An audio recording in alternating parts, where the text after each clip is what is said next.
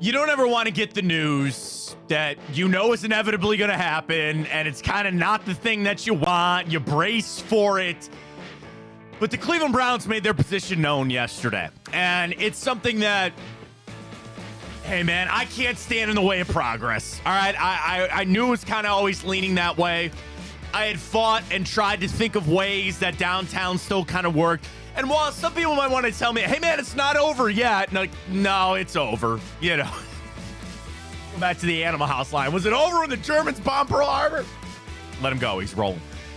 It's kind of over, at least for some. Now, the other thing, people are excited this morning, and they see the renderings, and we're going to watch the video, and you're going to get all excited about Brook Park. It is progress, and you cannot stand in the way of progress. The amount of money that's on the line here, the deal from the city that seemed like it was a, hey, we got to show face in this whole thing. We know you're not going to accept it, but we got to make it at least look like we're trying in this whole thing to stop the inevitability that the Cleveland Browns are going to go to Brook Park. And I try to sit here, and it's hard because I was one of the people, I don't want them to leave the lakefront. I don't care about the dome. I'm fine with the new facility. I just wanted them playing in Cleveland proper. And is Brook Park that far away? Not necessarily. And I tweeted out a graph yesterday. I saw a shout out to Brian Shaw, not that one, the other one. And it's a really cool graph. It's a visual to see how many teams are actually far away from the city, like the downtown of where they play. The Browns aren't all out of that region about them going to Brook Park, but we got to talk about the eventual move coming for the Browns. Maybe there's still some hope. I doubt it very highly. But we'll see the video. We'll take a look at the renderings. We'll talk about the building. We'll all put our architect hat on. Anybody put their electrical hat on? Because, man, we enter like day 3 here, Ryan. I'm not saying this feels like the pandemic, but like going through this, you're just like every like day 3, like when's this going to end? I know some people have power.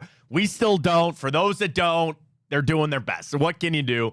As I've been saying, look out for one another. Help out your neighbors when you can. We'll get through this together. We're happy to have you with us this morning. If we can get you 2 hours away from it, that's what our goal is. We'll talk some guards because they really didn't help us look away from everything yesterday. We'll get to that. A really, really interesting article this morning on CBS Sports. They go back and forth. AFC, NFC, and every single position. Which conference is better? Which conference has the better offensive line? Who's better at quarterback? We'll run through that coming up. I've got NFL preseason power rankings. Where do we think the Browns come in on that? We got our bracket for the best training camp obscure players. We'll have the final set for that. We'll get to the grid. Big day for the grid, Ryan. Yes, it is. Huge day for that. We'll get to timeout, the morning update, all of it on a beautiful Thursday right here on Big Play. Welcome to the show, everybody. I am Matt Fontana. He is Ryan Tyler. Good morning. Again, happy to have you alongside wherever you may be. It's so crazy that, you know, you go down the street, it's like you cross over one street and they have power. You cross over another street and then they don't. I don't know how electrical grids work. I'm sure I could, you know, they have the thing because I just keep refreshing First Energy's website. And I'm just like, anything? It seems like the west side is that got it rough. I think west side and Parma. Parma was bad. Because I don't, my power never even went out. No, I know people, and that's the thing. I know people that are, I don't want to say a stone's throw away from me, but like a lot of my wife's family lives in our area. Bro, like I live right off of Munn in West Park. You go south of Munn and it's fine. The one street that literally had a tree blocking the street, none of that power went out. I don't know. I mean, roll the dice. It is what it is. And again, shout out to all the people out there. I know they're working 24/7. They got 50 crews. They got people from all over the country coming in to try to help us out. So it is what it is. I got the update, but I think it's like the mass update. Like, well, we hope by the 14th. I ain't going to make it the 14th, man. I ain't going to make it. I'm going to come. Expectations low. Well, I'm just going to have to go move into my parents'.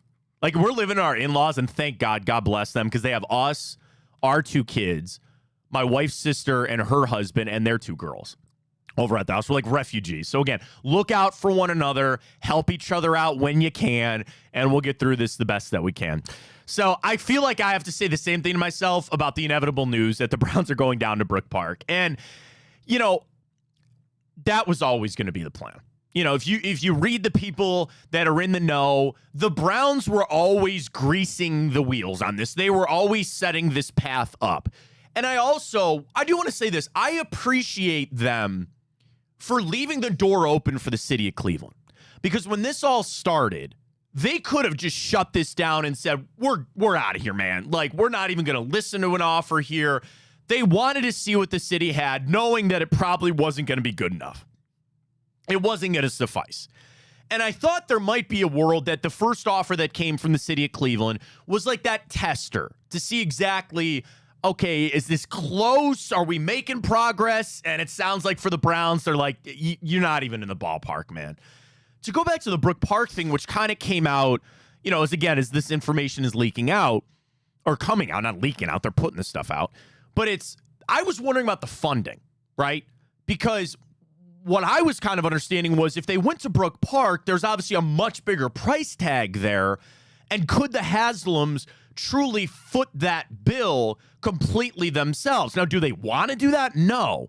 But as some of the breakdowns I saw yesterday, they don't have to. And then it's also some of the money that they would get basically construction loans, and then they would make the money back on some of the other stuff that's going on. So now it becomes even more apparent that this was always the way they were going to go. Daryl had this yesterday. Shout out to Daryl. He's the best. And he said, as he's been writing and talking about, here's a breakdown of the money the Haslams are willing to invest to go to Brook Park. $1.2 billion for the cost and overruns for the dome. $1.4 billion for the dome district, hotels, restaurants, retail, and then another $200 million to go over to the cross-country mortgage campus as they expand that on out. They've already done a lot of work to the facility, but there's even bigger and more things coming there. $2.8 billion. Now, that seems less. Like, I thought we were talking 3.5. And again, I'm not saying that billions of dollars, hundreds of millions isn't something to sneeze at. But if they can get the private funding and they can have other people that are willing to come in, put the restaurants there, that's where we're going. That's where we're going. And I understand that it was always leaning that way. And it's just a hard day for me because I wanted them to stay downtown. And I knew that this was a Hail Mary pie in the sky, that they could somehow find a place in downtown Cleveland to build their new stadium. And I trust that they did everything that they could on site surveys and brought in architects to try to find a spot, and they just couldn't. And they're going to go to Brook Park. The other thing, and not to be, morbid about this, but Ryan, there's a good chance that that's the last stadium that I'll ever see the Browns playing in my life. I hope to be here for a long damn time. But I think that stadium's going to be here for a long damn time, right? You're talking about 30 years there, and they're not even going to get started for another 4, right? They're not even going to move in there for another 5. So that's 35 years of where the Browns are going to go. I mean, it's a heavy thing. We know this was a heavy decision. This is massive for Northeast Ohio. And they're making the move. The final thing I want to ask you on that, though, are you sure it's done? Because I had people that are really, really trying to hold off. Yeah. And try to tell me, like, Matt, it's not done yet. It's not like they announced they're going. It's just this push. And I go, read that statement, watch that video. They're gone, it's like, buddy. They're out of here. Okay, it could be a giant, this whole thing has been a giant chess match. So, like, it could be another move of being like, hey, we want Bibb and them to realize how realistic this vision is and how possible it is. Sure. So you pony up more. But I don't think that they would throw that video at us, all those beautiful renderings, and then pull back on it. You know what I mean? Like, that would be almost like especially if they know there's so many people that are advocates of the dome, that would just be like a slap to their face. Well, and it's also pushing there's no way. The city of Cleveland that they know they don't have anything. You know what it's like? It's not like you're trying to. Well, I guess maybe, I don't know. I'm not in the negotiations. Like, are you trying to get blood out of a rock? What's this? I can't even know. You know what I'm saying? Like, squeeze water out of a rock. Like, they're going to the city and asking for money they know they don't have, right? Like, it's no point. It's almost no point in an exercise in futility to keep negotiating with the city of Cleveland because you go like, I know you don't have it. I know you don't have it. And I guess that's relative of if you really needed to get this done, maybe the city of Cleveland could.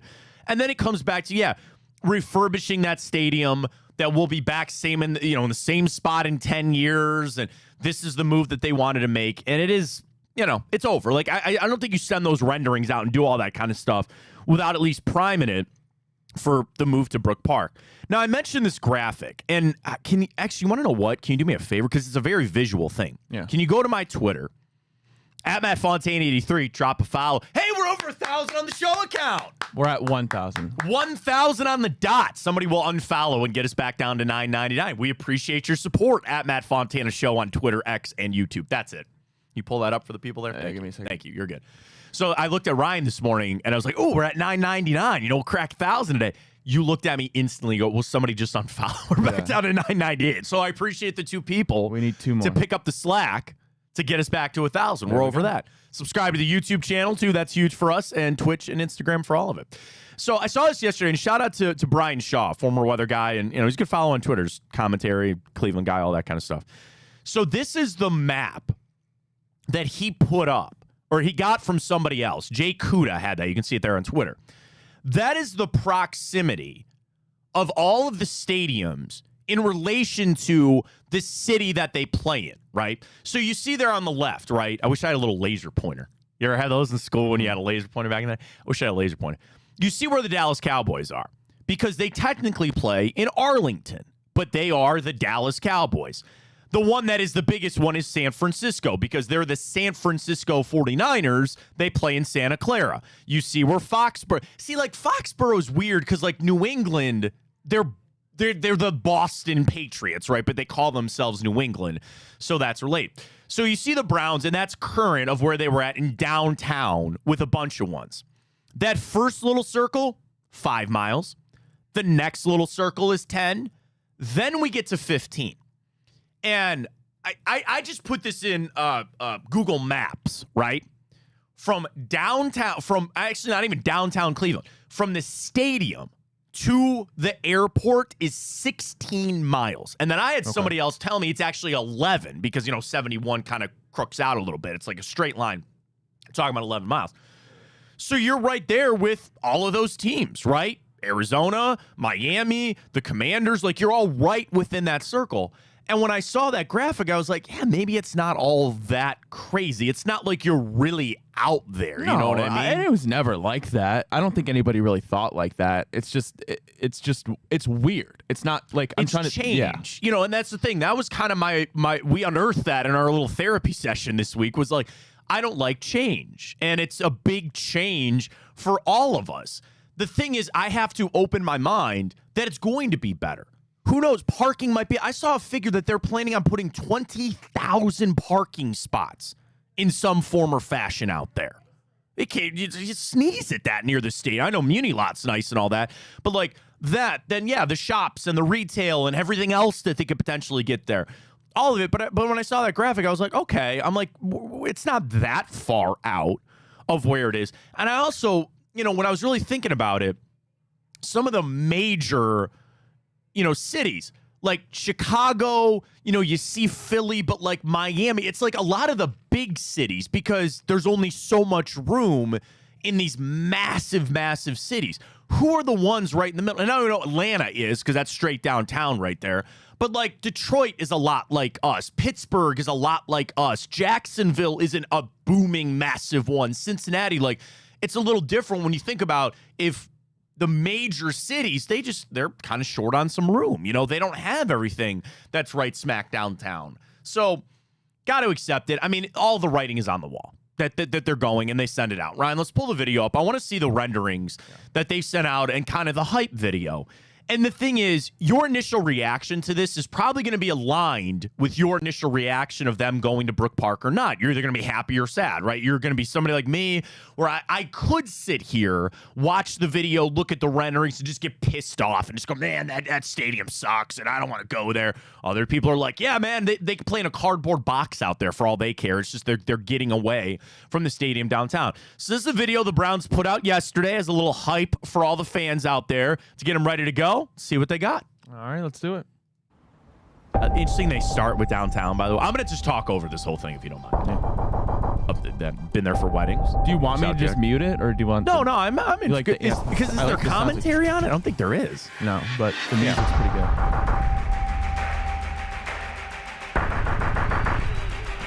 Yeah, of course, the fans. God, those white face masks are so much better. So good. So why don't you start? Oh, there it is. Look at that. I mean, it looks badass. But how much of that stuff, like, can you really get all that in with that money? I tell you the thing I love. No, keep going. Right here. Yeah. Like, if this is really like the entrance right here, I kind of like that, man. It's like its own, like, just mecca. Yeah, and it's like, it helps with the crowds, too. The fact that, would it be glass? I don't know about glass, but like whatever, it's an open, like you can see it from the it's open, that you can see through it like that. That looks pretty freaking cool, man. Look at all that parking. Look at all that parking, man. A lot of beer is going to be drank there. They better they better have the tailgating going on there. They better. Why are the cars on the wrong side of the road? What are we, England? Look, they're on the left side. They're driving straight to the left side. Yeah, dude. Okay, that looks badass. Yeah, that looks crazy. It looks like Madden, doesn't it? It does. Doesn't it look crazy? I mean, like, it looks so good. Is that going to be the real roof? Can it handle that snow, man? I don't know. Yeah, it looks pretty thin. Well, see, also because the other thing is there was a lot talked about how deep the stadium would have to be because of the airport. And I'm assuming as we look at it there, I just thought about this. You know how like we were talking about, well, how you do flyovers with a dome? You can see it now. I was like, you can see through it now. You can see through it now. Yeah.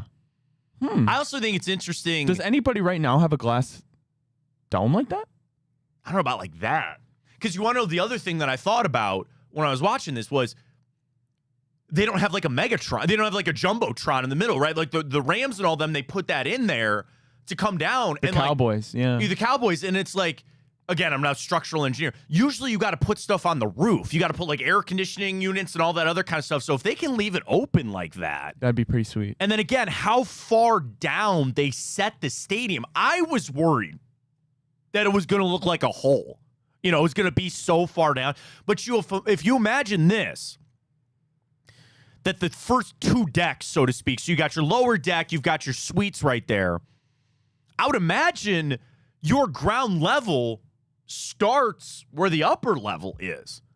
And trust me, I have friends that were season ticket holders in the 500 seats. That was not an easy walk for them on Sundays. And I'm talking about when they got to the stadium. Yeah. So imagine you walk in and you're already in the 500 section. Yeah, that'd be cool. Isn't that nice? Yeah. Yeah, that's pretty cool on that. Yeah, that would be cool. I'm trying to think of like an example that does that I've been to.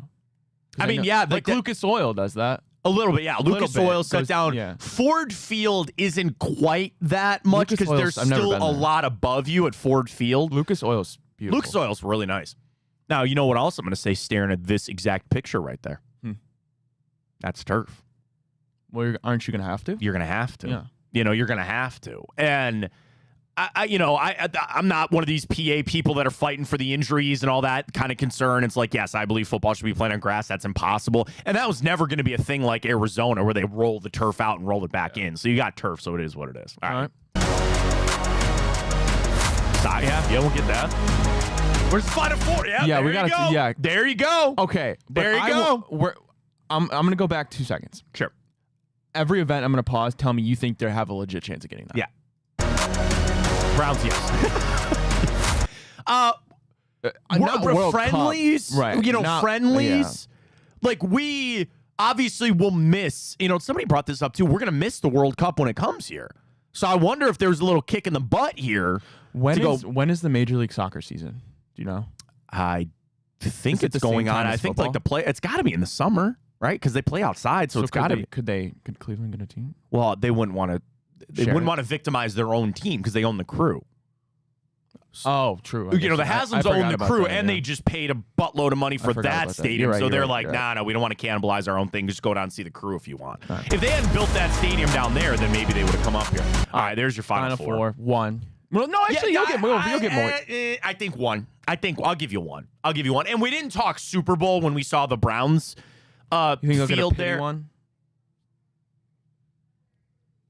Maybe. I don't know. You know, it's like the battle that I was having was when the NFL comes for the Super Bowl, it's everything else, right? Like Roger Goodell's not getting on the red line to go downtown to be at a 5-star hotel. Like, you are going to have to put a 5-star hotel smack dab next to that. You're going to need steakhouses out the ass. You're going to need everything because when they come in, you're going to want to stay there. Now, what the other thing the Browns would pitch hard on this is you are right next to the airport. That's good.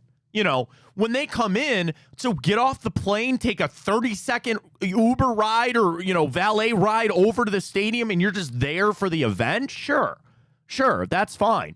So I think you'll get the one. Hi, how's it going? Hi, good to see you. So it's interesting that, they would get potentially a Final Four. Somebody stopped in to say hi to us. I think there's a tour going on today. Is there? Yeah. Everybody's got badges on. They're all walking around taking a tour.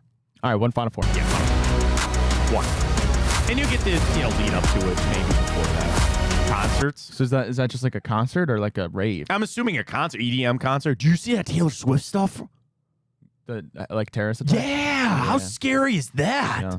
She had, was it 2 or 3 shows in Vienna? She canceled them because they found ISIS related was going to do a terrorist attack. Oh my God. It doesn't surprise me. That's surprise so you? scary, man. The concerts, okay. But is this a concert? It's got to be. What else would it be? Because Blue Man Group? Because there's another. Does that look like the Blue Man Group came into town? By the way, do you know that they've changed people out in the Blue Man Group and none of us knew? It's been a rotation of guys at the Blue Man Group. Never followed them like that. Neither have I. Okay, so here's my thing on the concerts, right? Do you feel like you've missed out on giant? Like, would Taylor Swift have come here? Like, you'll get WrestleMania, or you get SummerSlam again. That was just fine. Like, are you really missing out on the giant? I don't know. I don't know. Okay, so there's your concert, your EDM concert. So you know what that is? Yeah, that's like esports. Esports. Yeah, it's like video gaming. Yeah, that'd be. I would say so. I know a little bit about gaming because I love the Call of Duty League. So I follow Call of Duty. I follow professional Halo. Looks like they're playing League of Legends. League of Legends, Rocket League, whatever. This is Rocket League. They ain't going there. They don't need it. They could fill up Rocket Mortgage Fieldhouse, no question. Yeah, no question. So and again, I'm just going to go to what I know about Call of Duty.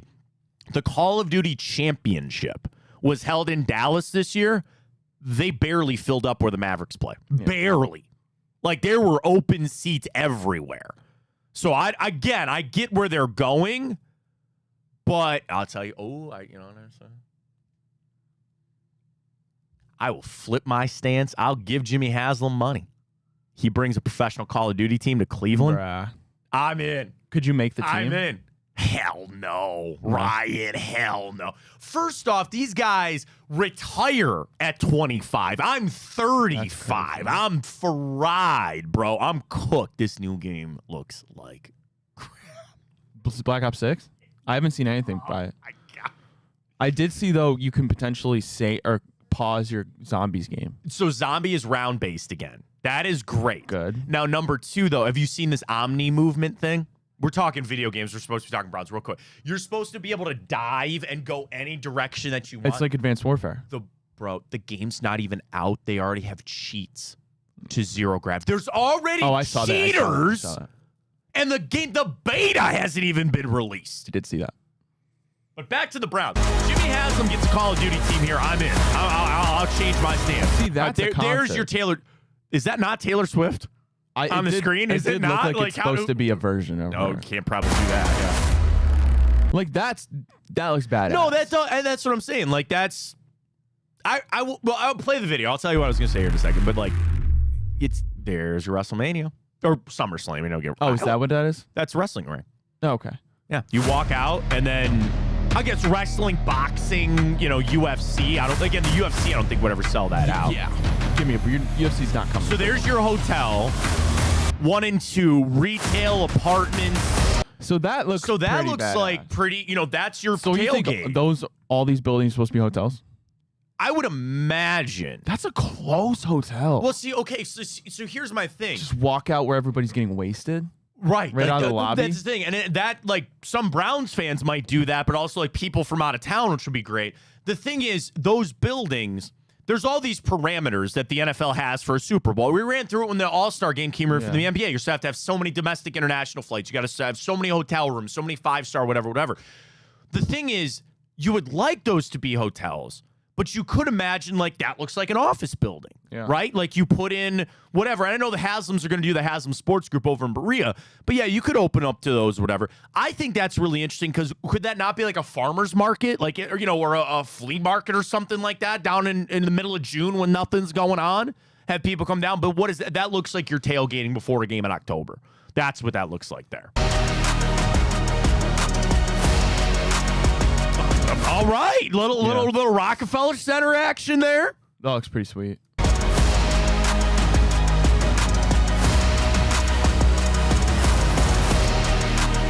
Outdoor concert.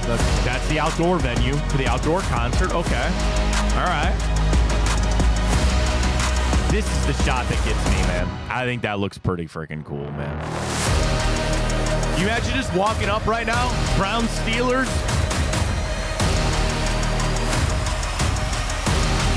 Like that. I'm in. I can't help it. We're in. That's what Charles yesterday tweeted. I was like, this video's sick. He's like, oh, so you turned your stance. I flipped. I'm sorry. I sold out. I said, I guess I'm a visual learner. Did we not need that? Did we not need that? We did. It was hard to see the video. It was hard, and it's like, how cool would that be if it was downtown Cleveland? Like I was never one that fought about the newness of a stadium. It was, I just wanted it downtown. Like, wouldn't that be the best if it was somewhere like off East 9th or something like that? And the other thing I thought about, just how much that would mean. Could you imagine if they did do that in downtown? What that would mean to all the other businesses and everything that's down there? Can't get away to change, man. You can't get away. And it's the progressive thinking. And I understand that the Browns, this is going to be a hard decision, right? But it's also becoming apparent that it's just going to be the vocal minority of people that didn't like it, right? And it's this kind of stuff that they're just going to continue to roll it out and continue to show people and just say, hey, this is what it's going to look like. John Hammond from Jurassic Park will spare no expense. Do it better than that and hire more than one IT. Matt, think about it this way. Don't hire just one IT guy. Think about it this way. This new stadium is going to be like the stadium that your kids grew up in. Yeah, 100%. That's what I'm saying. Like, this will be the last stadium that I probably ever see the Browns play in. Yeah. And there's an element of, like, everybody else has shiny new toys. Do you not instantly become the best stadium in the AFC North? Look at the rest of the stadiums in the AFC North. They kind of suck, right? It's like you become the hot new thing. And I know that there will be people that don't like all the elements, right? It's meant to be played out there. Ryan, I think that'll flip on a December 15th, and you come walking, trudging through the snow. You walk in, you take your coat off, and you're in a T-shirt. Yeah, that'd be pretty cool. It's pretty freaking cool, man. It's pretty cool. The other sobering part of all of that, the vast majority of this Cleveland Browns team will never play in that stadium. Yep. Think about that. We're that far away, and it's like, we always talked about the Haslams with, there was no set date. They never said, like, hey, here's a drop dead date. We got to get it done by this. But, bro, you're talking about they have got to be ready. Have to have that done. All of that we just saw has got to be done September of 2029. That's it. Because you have got to play football there. The lease is up. You'll be out of there. I had somebody ask me this yesterday, and I don't know. We'll figure it out. Could they expedite this? Could they maybe get there in a little bit earlier? Could they get there? Now, again, that's breaking the lease with the city of Cleveland, but also if the city of Cleveland knows that this is done, it's over, like, are you going to really hold them up on that? Like, not let them go. But could they get in there earlier? Like, the sooner this goes, if they can make their decision now, what are we talking about? A year of design and architecture? I mean, it sounds like they pretty much got everything ready to go. It's like, get those shovels in the ground, man. Let's get going here. Let's get rolling. And it's also, I think, going to be fun, as a Clevelander, to watch that take shape. How many times did you see updates on the news about the Sherwin-Williams building? Like, oh, yeah, you're doing this. Like, you're changing things. And I will also open up to what the change is going to be down on the lake. Because now I'm going to have to flip my mind on what are they doing down there? They came with that $400 million or whatever it was. Well, now you assume you're just going to do that and use that for the lakefront over there. What's happening over there? Yeah, how do you feel about the Browns saying that no matter what, like, they're helping out Cleveland? They said that in their letter. Yeah, I mean, they're helping out Clevelanders, I guess. Like my brothers, I'm in a text group with my brothers. My brother's in the plumbing unit. But they were like, he will be on that job. Yeah, like electric, like all the. But they're like, now that we're out of Cleveland, like they have more space, they'll be able to upgrade the lakefront. Now the stadium is probably more likely going to get teared down. I got some land in Florida, buddy, for you. You know, it's like I hate to have that mindset of it. And I was talking to my brother-in-law yesterday because, again, we're basically living with them with the power being out. And my brother-in-law and sister-in-law, they lived in Chicago for a long time. And I was talking to him, and he said maybe they could do something like Millennium Park over there. And Chicago's got it set up real nice. Their lakefront is nice. They've got a lot of parks. They've got all this stuff. Maybe that's something that they could rip and build. Like, okay, imagine this. Imagine they do what we just saw in those renderings, sans the stadium. What if you just put some apartment buildings up? You had an outdoor venue? You know, all that stuff that you can build. Okay, you know, that's something to work with. The other thing, though, it's never going to change the problem because now that land bridge is, maybe it's not, I don't know, maybe the land bridge is still a thing. Maybe they can still do that because the issue is still going to be what? People walking down there and people getting over there and the pain in the ass that's going to be. A complete kind of offshoot thing that I just kind of thought, what the hell are they going to do with Munilot? I drive by Munilot every single day, Ryan. That is at most a fifth full on good days. The rest of the time, they used it for staging for Superman. They do their driving tests for the City of Cleveland police and snowplow truck drivers. That's it. And they do the food bank there every so often. They bring the trucks. What are you going to do with it? What should they do? I don't know. Because now you just got a fat piece of property there that will now it legitimately will never get used. The only reason Munilot was alive was because of the Browns. The pit, I know people park there daily. What are you going to do there? All that. I mean, again, that's the city of Cleveland's problem. And I did think about that, where now you can like separate and Cleveland can be solely focused on what are we doing here and what are we going to do to fix this up and do that. And the Browns could go their way and be completely focused on building the new stadium and getting it done. Yesterday, that was a big day. That was a big announcement from the Cleveland Browns. And also, like, dude, the fact that they kind of turned that around within a week, you know, of getting that offer, kind of turning it back around, and here we are. It's progress, and we can't stand in the way of that. And I will tell you 100%, I think that video swayed me a little bit. It did kind of flip me over to feeling like this is the option. And it was always, you know, kind of try to avoid it if that's not what you wanted to happen. But I'd be just interested, like, you want to put that up as our Twitter question maybe this morning, Ryan, at Matt Fontana Show. Did watching that video from the Browns change your opinion at all? And you go, yeah, I like it more. Yeah, I don't like it as much, or no. I'm just interested. Did that rendering video and seeing the stuff the Browns put out yesterday in any way, and we'll take your YouTube comments as well. You can always tweet the show at Matt Fontana 83, at Ryan Tyler 33, and at Matt Fontana Show. Did watching that video yesterday change anything for you? Like it just, like literally Ryan and I just did on the show here, running through it and watching it. Did that really change anything for you? What are our choices? I would say, yes, I like it more. I like it less, because I saw some people that were hating on the building and the rendering. Or, no, nothing changed for me watching it. You know, that could be either way. No, I'm still all in, or no, I'm still all out. We'll just leave that up. So that's up at Matt Fontana Show. I'll hit the retweet on that. Vote on that. Did that video from the Browns yesterday change anything for you on how you view them going to Brook Park? So we'll retweet that right now, and there you go. I'm going to vote. I like it more. I like it more. I do. It's getting me a little bit. And it's also me probably guarding against myself with the fact of that it was going, it was going that way anyway. It's like you're not stopping this, so you better get on board and move on forward with it. All right, we got more football to get to. We got to talk some Guardians as well. That day yesterday was just yesterday sucked. We'll get to that in a second. But want to remind everybody of the first ever Big Play golf outing coming up August 31st. A Little Mountain Garage Beer. We'll all be there. You can be too. Still have some foursomes available for you. And go to bigplay.com. You just go to bigplay.com. You'll see the Eventbrite page right there. We still have a couple of foursomes left. I know a few have been picked up, but you also have the option. You want to go play with Greg Williams and Blake. You want to go play with Hanford Dixon. You want to just get the party. Or you want to just come hang out. No golf. We have tickets for that. And the charity activations. Keep bringing this up. If you have a charity that you work with, we'd love to have you out there. No charge. All you have to do is just like get a free ticket so we get your contact information. Come on out.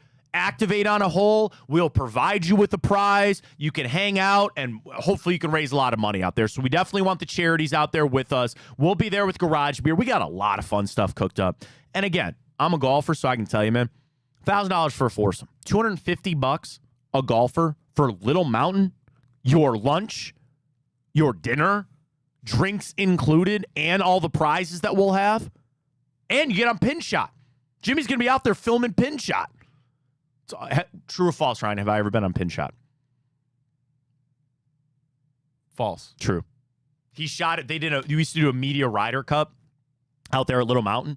And, I think it was at Stonewater that year. Yeah, it was at Stonewater that year. And he shot Pin Shot. So it was funny.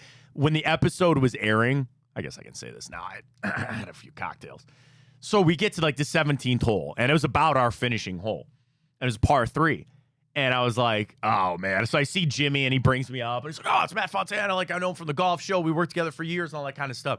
And it's like, it's par 3. So I get up there, and I hit an all right shot. I pulled it a little bit. But I was like, man, I really hope I don't get on the show. So then it airs on Bally's, and I'm watching it. I watched the whole episode, and I don't see me yet. And I'm like, that's great. That's great. I was the last one. I was the very last one. I was like, Jimmy, why'd you have to throw me in there? But yes, I've been on Pin Shot. So you have a chance to be on Pin Shot out at our outing on the 31st. I'm telling you, man, I'm seriously, $250 to be out there and be able to partake in all that. That's pretty damn good. And it's a 1 o'clock shotgun start. Zero reason for you not to be signed up for our golf outing coming up on August 31st. So get ready to go for that. Guards.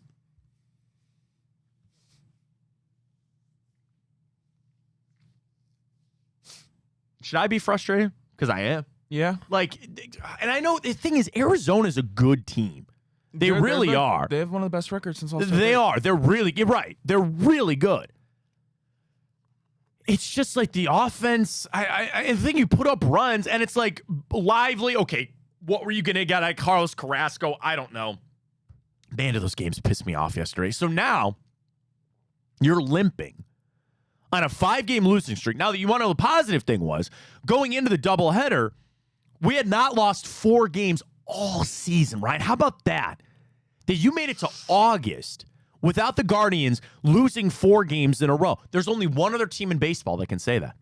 Would you guess the team? That has not lost, to that point, 4 games in a row. The Phillies? The Milwaukee Brewers. Oh. The Brewers. Interesting. So now, obviously, we're on a 5-game stretch now with that. And you feel like you're limping into this series with the Twins tomorrow on a doubleheader, by the way. Now, the day off will help because you can kind of get the bullpen reset. You assume Bibby's good to go. I saw some videos of him long tossing, so that sounds like it's good. You'll have Cobb here for Friday. Eventually get Matthew Boyd back. It's just like, I feel like we have fallen back into bad habits at the plate. Like, when I just see some of the approaches from us at the plate, I don't know if I like what I'm seeing. And maybe I'm focusing too much on Josh Naylor, who did hit a home run, which I get. But Lane Thomas has kind of been off to a slow start now after the trade. Quan. The worst thing was everybody goes, he's going to bat 400? Yeah. He's going to the batting top. Been downhill. It's been bad. Jose's been the only consistent one. And even then, I mean, it's a hitter. You go through those kind of stretches. Jose's been consistent. You kind of had Andres Jimenez come back through it. But, like, it's just the approach to the plate, even more than the pitching. Like, the pitching will bother me, but what are you going to ask out of Carlos Carrasco at this point of things, right? Like, it is what it is. So you fight through that. Here we are. I just don't like that we're limping into this series against the Twins. Now, the thing is, what's the beauty of the game? We can smack their asses over the next couple of days, and I'll be right back to being all happy about it. Yeah, we've been up and down a lot this season. Power rankings, where do you think we're at? Updated this morning from ESPN. 4. That is correct. Wow. Well done. 1. The, probably, honestly, now the Yankees. It is the Skankies. Number 2. The Phillies. I think you're going to 2 and 3 and probably flip either one of them. Phillies? No. Orioles? Orioles, Phillies. Okay. Then us at 4. I do want to see where the Twins are 7, man. Yeah, Twins man. are 7. They're on us, and that's, they were scuffling for a little bit. We found our way. I mean, the thing is, the Twins are gonna make the playoffs. Like, they're gonna. Isn't that nuts, man? Yeah. That before this season, we were talking about the AL Central being just bottom feeders, right, and barely making Now it. you might have 3 teams. You might. You want to know the shocking of all the divisions? I think it's the West. I think it's the AL West. They're poop. Because it's just bad. Like, I thought there might be 2 playoff teams there. I guess there's still, again, a chance there could be. And the East, it is just the Orioles and the Yankees. Like, the Red Sox are kind of there. Did anybody see that nosedive coming from the Blue Jays? The way a relative of like how good they are. So here's your wild card starting this morning. Yankees are 4 games up. Dude, if it ended today, the Twins and Royals are both in. Yeah. The Red Sox, the Mariners are 1.5 and 4.5 games back. That's nuts. Yeah, man. And can I tell you, I want to see the Royals. Not necessarily that I want to play them, but like with what Bobby Witt was doing yesterday, they deserve to make it. I hope they do. I'd love that if that played out perfectly, right? Because here's how this would go.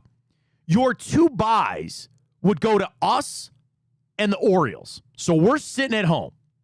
The Astros would play the Royals. Oh, that'd be a good series. Then the Yankees play the Twins. That'd be a good Wouldn't that be series, fun? Series would be in Houston for the Royals in Houston. And then you got the Twins and the Yankees going. Would we play the winner of the Twins and Yankees? I can't remember how it would get reseeded because we would have the 2 seed. I think you would then get the highest remaining seed. I'd have to look. I don't remember if they re-bracketed it after that. Oh, okay. I see what you're saying. You know what I'm saying? Or it's like you said, we know no matter. You know what? No, you're right. I think no matter what, we get the winner of the Astros-Royals series. Okay. Because they would be you know what I mean? Like the higher would be the Astros in that. And then the Orioles would get either the Yankees or the Twins. So imagine it goes chalk. And you get the Orioles and Yankees in a series and us and the Astros. Yeah, that'd be awesome. That'd be fun. Or again, you'd take it either way. You would take I'd take the Royals. That'd be fun to play them in a playoff series. God, when's the last time that has happened? That'd be us and the Royals in a playoff game. No. That'd be fun, man. That'd be a lot of fun. So again, it's sour taste in the mouth right now, but they have a great opportunity this weekend to get it done. We'll see how it goes. Again, I just need a couple of games to turn things around. I'm excited about this, to do this with Ryan this morning. So go over to CBS Sports, and our guy Jared Dubin, he put out position by position, offense, defense, NFC, AFC. So, like, we'll start right at the top here, and you'll get an idea of what this is. Quarterbacks, AFC or NFC? Yeah, that's the one that, like, I don't even have to think about. It's not even really close, hands down, the AFC. It is correct. So here's your guys pulling the reins on this, so to speak. Mahomes, Josh Allen, Lamar Jackson, Joe Burrow, CJ Stroud. I'll give you Justin Herbert, Aaron Rodgers, Tua Tagovailoa, Anthony Richardson, and Trevor Lawrence. Versus Dak Prescott, Brock Purdy, Jordan Love, Jared Goff, Matt Stafford, Kyler Murray. Very clearly the AFC. You didn't even say Jalen Hurts. You didn't put him in here for some reason. It was not on here for some reason. Did you read that article about the Eagles yesterday? I just the saw disconnect. Yeah, I saw some. There was a big, like, Tim McManus and I think Jeremy Nick Fowler. Sirianni is such a knucklehead. Well, so the whole point of the article was that the fractured relationship between Sirianni and Jalen Hurts. There was a quote in that article. Somebody told Jeremy Fowler that when the Eagles were 10-1, they said the entire team felt like their dog had just died. Nobody was having fun, and because I think it obviously is a reflection on Nick Sirianni. But when your quarterback is also not on board with that, then that signals to the rest of the team, this guy's lame duck, get him the hell out of here, which is crazy. They were just in the Super Bowl. But then Sirianni comes out and he goes, no, man, this is all my fault, and I'm going to take it all on me, and I'm going to take a step back. But the thing is, when you take a step back, what are you doing? You're furthering that distance between you and Jalen Hurts, right? You're furthering that distance that you actually need to close. Because there were some people in part of the article was kind of pointing that maybe Sirianni was too hands-on, and that was pissing off Jalen Hurts, right? We've all had a boss where they're just up your ass all day, right? Maybe that's taking the step back is what you needed. That can also be other issues, though. because they're going to side with Jalen Hurts. You know what I mean? Like, Nick Sirianni's on the hot seat this year. So I just thought it was an interesting article. You're right. Jalen Hurts not on this list. All right. Quarterbacks, very much AFC. Running back, AFC or NFC? See, these ones are a little bit tough because you just have to, like, run through. But I mean, like, okay, let me just... Do you want me just to give you the list real quick? No, because I feel like then it gives it away. No, I can. You tell me which one you want to start with, and I'll tell you a list of the AFC versus NFC. Because you haven't seen this, so you can start either way you want. Just to give you the names to help you kind of formulate your opinion. But I almost... If you don't want to... Yeah, I almost don't want the names. All right, I won't tell you. Okay, that's fine. AFC, I mean, Nick Chubb, Derrick Henry now, Breece Hall, James Cook, Devon Achane, Pacheco. I'm sure there's one I'm missing. There's a few. I can give you. Joe Mixon. Jonathan Taylor. Oh, that's a good one, yeah. But then, I mean, the NFC, Bijan Robinson, Jahmyr Gibbs, Saquon. Yep. Oh, NFC. NFC is the answer. I thought of that, and then the last name, I'm like, Christian McCaffrey. I think clear. Yeah. Christian McCaffrey, Bijan Robinson, Saquon Barkley, Jahmyr Gibbs, David Montgomery, Josh Jacobs, who's now in the NFC. Right. Still have Aaron Jones, James Conner, Kyron Williams, Kenneth Walker, who I'm a big fan of. Aaron Jones. Zach Charbonneau, Austin Eckler now over, DeAndre Swift, Ty Chandler, Rashad White, all this other kind of stuff, plus Jonathan Brooks, rookie. AFC, Breece Hall, Jonathan Taylor, Derrick Henry, Devon Achane, Raheem Mostert, Cook, Ramondre Stevenson, Travis Etienne, Mixon, Pacheco, and as they put in here, Nick Chubb, if he can recapture his elite talent. Combined with all that, that gives the NFC the edge on the running backs. Speaking of, real quick, we need to get a fantasy guy on before my draft. We can do that. I need to know. I think I'm set on taking a running back at the 2 because CMC is going to go 1. I need to know if I should go Breece Hall or Bijan Robinson. We can do that. I have one of my drafts coming up. So I have a guy. I keep flipping between those two before I want to take. So I have a guy, Rich Dotson. He does Dynasty Nerds, and they're more just about Dynasty football, not necessarily redraft. But I got a couple other names that we can Charles get to. said he wants to get a fantasy guy on. Yeah. Well, the thing is, for the season, I don't know about doing it in the season. We'll get back to this in a second. And this is good for the fans. This show is for you guys, for everybody out, the guys and gals, everybody out there is for you. Do you want a fantasy person on every week? I kind of shut that down for a long time in my career because it just turns into you're just asking about your team. But I enjoy like one, just give me the trends and then hit me with the waiver wire pickups, baby. Yeah, that's always big too. Once we get into buys, Charles says I should take Breece Hall. I'm thinking Breece Hall. I only just worry about Aaron Rodgers being there. I mean, you can say the same thing about Saquon, who would probably be the other pick. Is it a PPR league? Yeah. You might go receiver then. Well, that's what I'm saying, but I think I want to do hero running back. Get my one dominant running back and then just stack receivers. All right. Well, you know what? Write that down for maybe 2 for Tuesday next week. Do you want a fantasy? Okay. I want a betting person. Like, we got to find our betting person on Fridays. That's going to happen. But if you want a fantasy person on Thursday going into Thursday Night Football, write that down. Well, usually the fantasy people are very hip with like DFS. Oh, yeah, daily. Yeah, daily fantasy is good, too. I'm talking about, like, I know you know what I mean. I want them. Do you take the Dolphins minus the 3 here? We'll get to all that coming up. So write that down for next week. We'll get a little mix or a little taste of the fans out there. All right, next up, this is a combo receiver tight ends, AFC or NFC. Receivers and tight ends.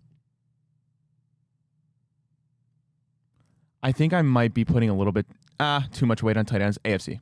No. Okay, well... They go NFC. Here's your list for the NFC. Justin Jefferson, CeeDee Lamb, A.J. Brown, Devontae Smith, Amon-Ra St. Brown, DJ Moore, Keenan Allen, Puka, Cooper Kupp, Debo, Brandon Aiyuk, for now, DK Metcalf, Tyler Lockett, Jackson Smith-Njigba, Terry McLaurin, Drake London, Chris Olave, Mike Evans, Chris Godwin, Christian Watson, Marvin Harrison, Malik Neighbors, Rome Odunze. Why are we... Stop. What? Why are we listing rookies? They're on there. Then your tight ends. Laporta, McBride, George Kittle, TJ Hawkinson, Goddard, Pitts, Cole Kmet. I still think AFC clears. AFC. Jamar Chase, T. Higgins, Tyreek Hill, Jalen Waddle, Garrett Wilson, Zay Flowers, Amari Cooper, Michael Pittman, Christian Kirk, Nico Collins, Tank Dell, Stephon Diggs, DeAndre Hopkins, Calvin Ridley, Devontae Adams, Rasheed Rice, Marquise Brown. with the tight ends of Travis Kelce, Mark Andrews, David Njoku, and Dalton Kincaid. AFC clears. Dalton Kincaid. AFC clears. I think the AFC has the better tight ends. I do. I think they have the much better tight ends. AFC clears. It's close. AFC clears, though. You think so? Yeah. I think it's heavier on the top end with Jefferson, CeeDee Lamb, A.J. Brown, Amon-Ra St. Brown. But you have Tua, Jamar Chase, Devontae Adams. They didn't even list Devontae Adams on this. Yeah, they did. You said him. Oh, I said I'm sorry. I did say him. Garrett Wilson. I don't know. I think AFC clears. I think it's close. It's close. But I think I lean towards the NFC. All right, offensive line. Now we're getting into it. Yeah, here, buddy. I love this though. Better offensive line, AFC or NFC? Off the rip, probably NFC. But then again, because I just think Eagles, 49ers, Cowboys should.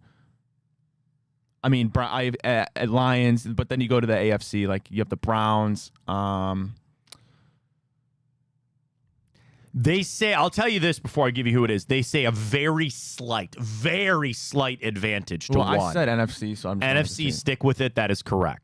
NFC. NFC is Trent Williams, Penny Sewell, Tristan Wirfs, Kristen Derishaw, Lane Johnson, Zach Martin, Chris Lindstrom, Landon Dickerson. I was just thinking as units.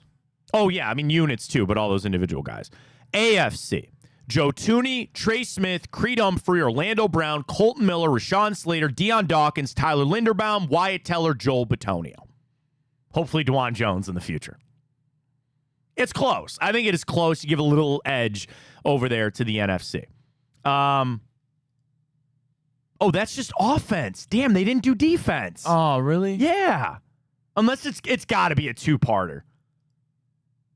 It's got to be a two-parter. Well, let's just do it on our own. Well, yeah, but I love being able to have all the guys right in front of me. Now I'm clicking on Jared to see if he wrote the defense. No, he didn't. We might have to save that, man. He just did the offense. So we'll have to wait. All right, defensive line. NFC. Micah Parsons. Nick Bosa. I'm just going to go to the sack totals. Hang on. Wait, because that'll help us here. I mean, it's got to be AFC, right? Because you're on Chris Jones, Myles Garrett, Max Crosby, TJ Watt. Yeah. Shut it down right there. Yeah. Shut it down right there. NFC. Or not. I mean, AFC. Yeah. I mean, for AFC. And then for the NFC. All right, here's your sack totals. Just strict sack totals.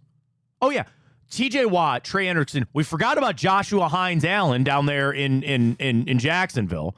Khalil Mack had 17 sacks last year for the Chargers. Danielle Hunter is now on the AFC side of things. Max Crosby, Myles Garrett. Look at it this way. Now that Danielle Hunter is over on the AFC, bro, the top 7 sack totals from last year all are on the AFC and side. And the NFC just lost Aaron Donald. Right. Micah Parsons, Justin Matabuke, AFC. Montez Sweat, Jonathan Grenard, Danico Autry. You know, he had the same amount of sacks as Aiden Hutchinson. That would probably be your other coup for the NFC. Kayvon Thibodeau, Aiden Hutchinson.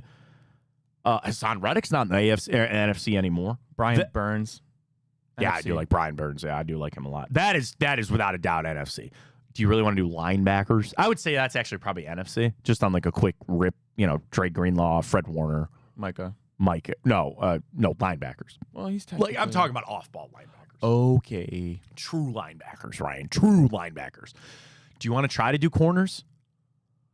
Again, Sauce, Denzel, Pat Surtain, Derek Stingley. Now L'Jarius Sneed's still in the AFC. Yeah. NFC, you got your Eagles guys. Trent McDuffie for AFC. Trent McDuffie's AFC. NFC, you got, I guess if you want to include them boys, Deron Bland and and the AFC has Jalen Ramsey. Yep. Trayvon Diggs. Here, this is a CBS article, the top 20 cornerbacks for the season. Also from Jared Dubin. All right, man. I appreciate you. I'm just going to start at the top. Sauce Gardner, Pat Surtain, Jalen Ramsey, Charchavius Ward is NFC. Trent McDuffie, AFC. Jalen Johnson, NFC is really good. Jair Alexander, NFC, which is good. L'Jarius Sneed, Denzel Ward, Marlon Humphrey, AFC. Lattimore, NFC. Trevon Diggs, NFC.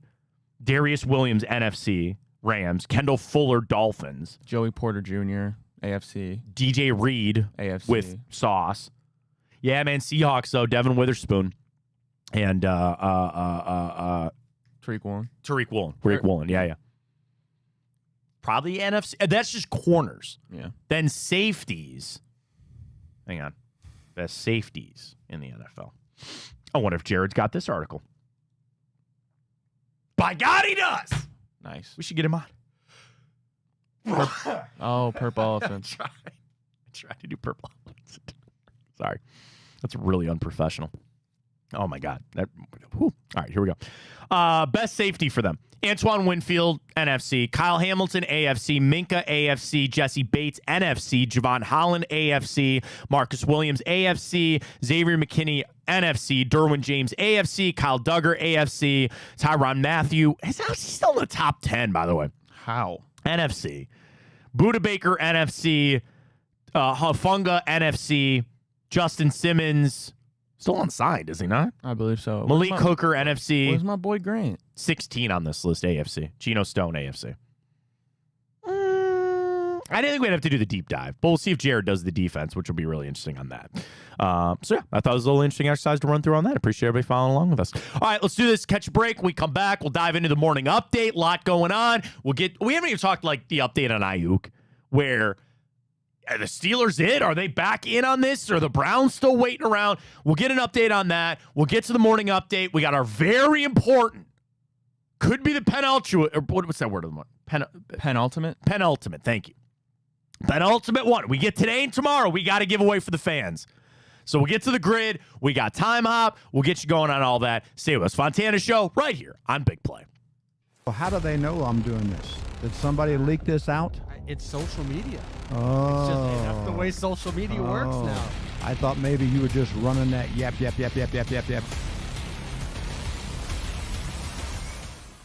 Welcome to Big Play, a sports media team that started back in 2014, and now we're not in a garage.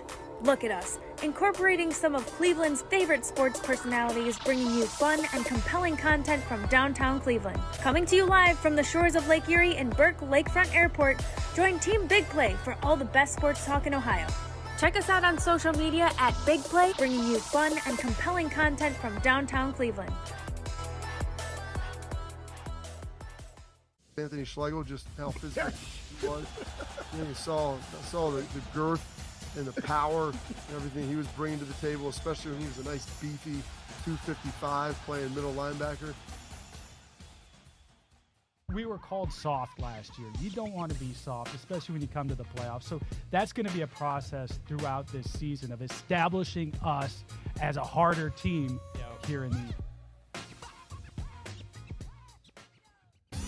I don't buy into this nonsense, this conspiracy nonsense that he's got his money and he's dogging it. That's ridiculous. They're off in the Kentucky Derby as Authentic takes them around the far turn. Tis the Laws making his move now, and they're into the stretch. These two stride for stride. Authentic, tis the Law. Here's the wire. Authentic has won the Kentucky Derby.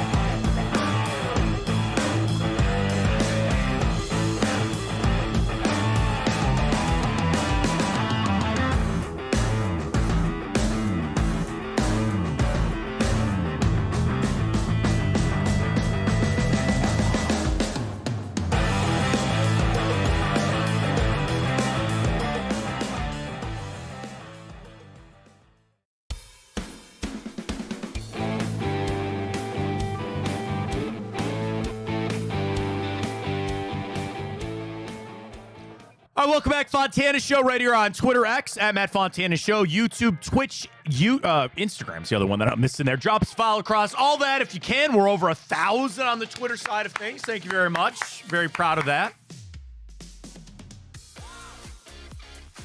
Should I just pay to get verified? They keep sending me targeted ads now. Yeah. To say, like, you've got followers, maybe you should be verified. It's $85 for the year if I want to get verified. To get the little blue check. I always wanted the blue check, but it's like... I had it. So, like, I never got it when it was, like, the actual application format. Yeah, when you actually had to pay for it. Well, no. Like, when it was free. You know, you had to apply. I never got it. They'd always be like, oh, you know, you're not really qualified or whatever. Any of that kind of stuff. Then when you could pay for it, when I was at ESPN Cleveland, they just paid for everybody's. So now I sit there, I'm like, would it really help? I know. I think about that too. I don't know. $85 is nothing to sniff at. No. I don't know. Maybe we'll think about it. But the followers are up at Matt Fontana Show. We got all the badges there. We're cooked up and ready to go. Appreciate your support, as always, with the show. Ryan's got the stories. Do you have the fighting, the NFL in there? I didn't, but I have a comment. We'll get onto that later. Okay. Tack that on to the end. Ryan's got the other stories to get to, please. All right, we'll start with a not-so-good story, but the Guardians, they are on their longest losing streak of the season. They've lost 5 straight, 5-5 in their last 10 games. They dropped both games, the doubleheaders, to conclude that series against the Diamondbacks, but another doubleheader right around the corner off today, but they begin it in Target Field against the Twins on Friday. Guardians remain just 3.5 games atop the AL Central. Get scrappy, man. You're going to have to get scrappy in this series. By the way, breaking news, the White Sox fired Pedro Grifol. Poor guy, man. I mean, what are you going to do? Probably for him, he's relieved. Get me out of here, man. I feel bad. That just came down. But anyway, this is a big series. And I think the sad, like, I see them get up. I see them get after the Orioles. Relative, you split. You know, you won 2 out of 3 against the Phillies. I need a split. I need at least a split this weekend with the Twins, if not 3 out of 4. Pitching matchups are going to be a little bit weird. The doubleheader tomorrow is going to kind of suck, but at least you got the off day. Get the bullpen back. You know, it was interesting. I was reading something yesterday that, let me see. Oh, man, can I find it? I think Anthony Castrovins had it, by the way, which he put the Maloik on Josh Bell yesterday because he said if Josh Bell would have just hit 3 home runs yesterday, he would have tied his Progressive Field total from last season playing with the Guardians. Wow. And then he hit one. Then he hit another one. This is exactly it from Anthony Castrovins. The Guardians will have 5 relievers the next time Nick Sandlin pitches. They will have 5 guys with 50-plus appearances on the season. No other team in baseball has more than 3. Wow. And you have 5. Now, the issue, and as Anthony writes, the bullpen was the backbone, but it might be starting to falter a little bit. Cade Smith isn't quite the unhittable that you thought he was. Sandlin giving it up a little bit. Clase is still downright filth. But you lean on him so much. When are you going to start to falter on that? Now, where you're later in the season, you're not quite done yet. But as much as they're leaning on this bullpen, this is the time now that it might start to go. But yeah, I saw yesterday, like, you're going to need the pen. You know, if are you going to watch this Alex Cobb start tomorrow and go, what do we got here? What's going on? Like, there's some excitement. The thing is, you have meaningful baseball this late in the season and a doubleheader. Like, I watched almost every pitch of both games yesterday because it's meaningful games. It's exciting. I won't ever give that away. I won't ever trade that away. So I'm happy the Guards are in the position they're in. Alrighty, well, big news from the Browns yesterday is they released a video with beautiful, I might add, stadium renderings in Brook Park for the potential new $2+ billion new stadium with the dome. Of course, Matt, we know the Browns stadium is up. Their lease is up in 2028. Yeah, they'll be there maybe sooner than that. These are all the procedural steps. And the Browns know that they can kind of ease people into this. Let's send the renderings out, then they'll drop some more renderings when it becomes official. And there is a slight, I would say, snowball chance in hell that it doesn't happen. You don't send that out. You don't go down this path unless you're pretty much saying we're gone. And it could be a power play to the city of Cleveland to go, we're not trying to play this, you send us 15 counter offers and we come back. It's like, you sent one, that was not good enough, we're going, you get one more shot. One more shot, maybe, from the city of Cleveland. But you also know that offer they sent was probably the best that they got. and it wasn't enough. And I would imagine sometime before this season, you will get the official announcement. And once that happens, there's no going back. You're talking financing getting secured. You're starting to take bids on contracts and jobs. It's happening, And I don't think it shocks anybody. We've been preparing for this for a while. I was just hoping there was some way to do what they did with that rendering and somehow get it somewhere downtown. That was a pipe dream. It was never going to happen. Get ready to go for the Brook Park Cleveland Browns. Alrighty, Matt. Well, we get 2 preseason games tonight for the NFL. Nice. Panthers and the Patriots, as well as the Lions and the Giants. Will you be tuning in? Lions. No. Giants. Is it degenerate to bet on preseason football? How the hell do we know what's going to go on? Are these games on national? Can we see this anywhere? It's NFL Network. Okay, I have NFL for the Network Panthers, back. Patriots, and then I'm not sure about the Lions, Giants. Okay. Can I get you some lines on that? Man, did I take in the shorts yesterday. Freaking Garden. 6.5 for the Patriots. Giants are favored by 3.5. I kind of like the Giants. I do. Oh, I got a boosted 2-leg parlay. Just money line. Giants to beat the Lions, Patriots to beat the Panthers. You like that? Plus 120. I feel like it's just random. It's crazy. I got to do something, man. I got to watch some football tonight. I'm in on that. We'll go for that. All right, here we go. It's good. It's back. A lot of the questions have been who's playing, who's not. We'll see Jordan Love this Saturday against the Browns.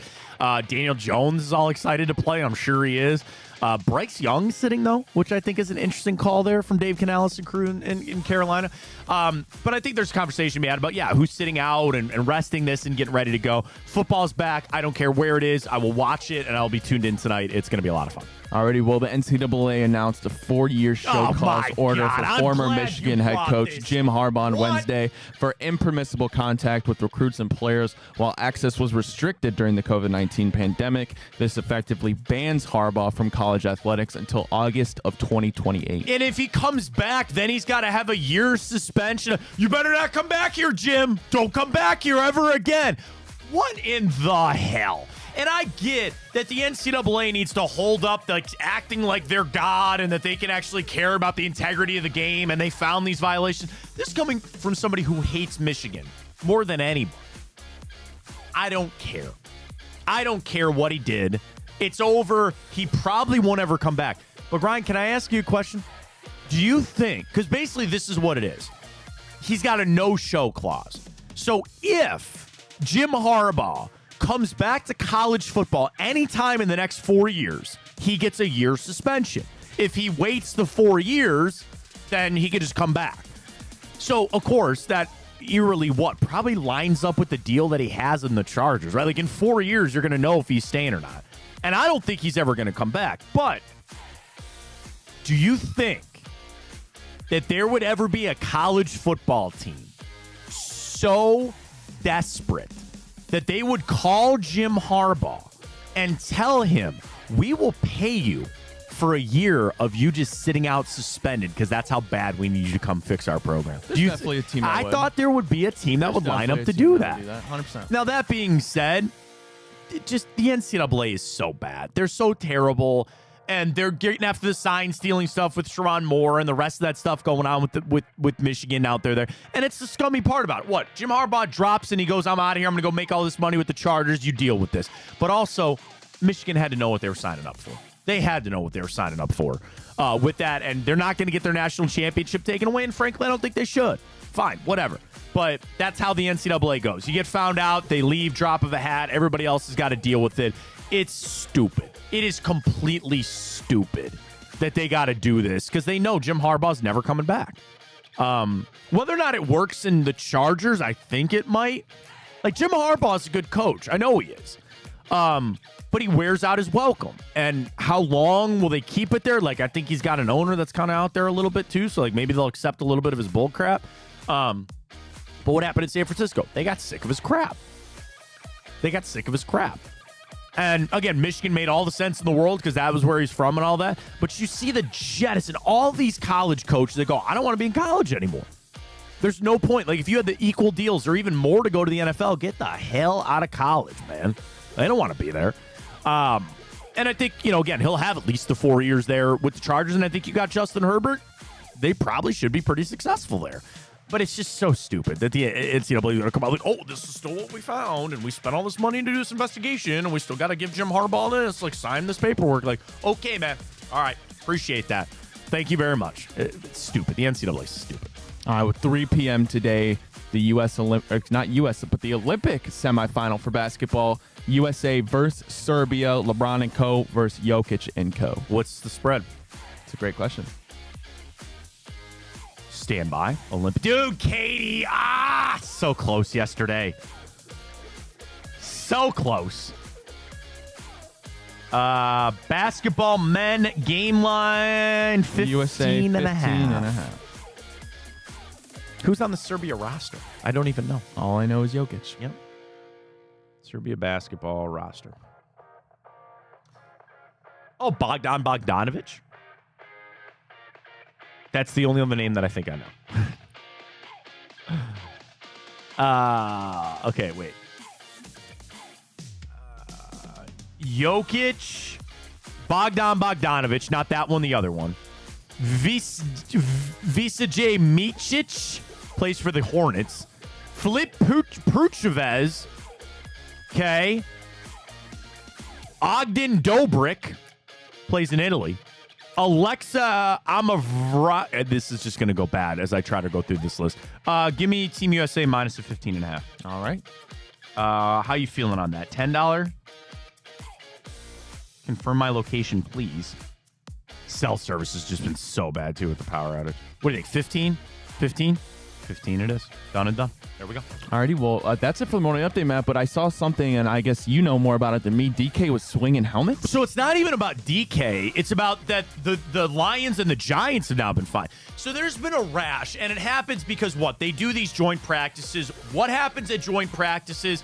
Guys get into fights. And you're talking about stupid things. You're punching a guy in a helmet, okay? You're going to break your hand. You're going to, whatever. So there was a bad scrap at the Lions and Giants, and you saw Malik Neighbors like he was swinging. So the NFL comes down. They fine the Giants and the Lions each as a team $200,000 for fighting in training camp, fighting in these practices. What's that going to do to stop it, right? And I know there are some coaches. Remember Mike Pettin when they went out to Indianapolis and they go, basically he was saying, I want to get into some fights. He looked like a jackass. They had to cancel the other practice because there were too many of them. And everybody goes, you look unprofessional doing this. Coaches can scream at these players and tell them, man, we're going to fine you if you get into a fight. But then that goes against what they want. What do they want in practice? Edge, a little bit of spice, a little bit of competitiveness. And especially when you go against another team, bro, there's fights against your own players. Was that not DK on his own player? Own team, I should say? Yeah. Ripping the helmet off a guy and swinging on another guy? That's crazy. Isn't it? Myles Garrett-esque. Right, that's exactly what happened. So the thing is, what can the NFL do? Does the NFL care? I think a little bit. You know who really cares in this whole thing? The NFLPA. I was on ESPN last night, short of Jordan Renan, and he covers the Giants. He knows all about this, and he tells me, he goes, Matt, it's the PA driving this. Because the PA doesn't want their players getting rolled up and twisting an ankle, tearing an ACL, breaking a hand. What can they do to curb this? The answer is nothing. Unless you go to these players and say you are going to get fined as an instigator. Because if your teammate gets into a fight, you want to run over there to defend them and help them out, right? But can you go after the people that start the fight? Like, it's just such a slippery slope, and there's no fine line of like, okay, you started the fight, you're going to get this fine. And there's also guys that go, I don't care. What are you going to do, threaten them with their job? You're not cutting DK Metcalf. You're not getting rid of Malik Neighbors.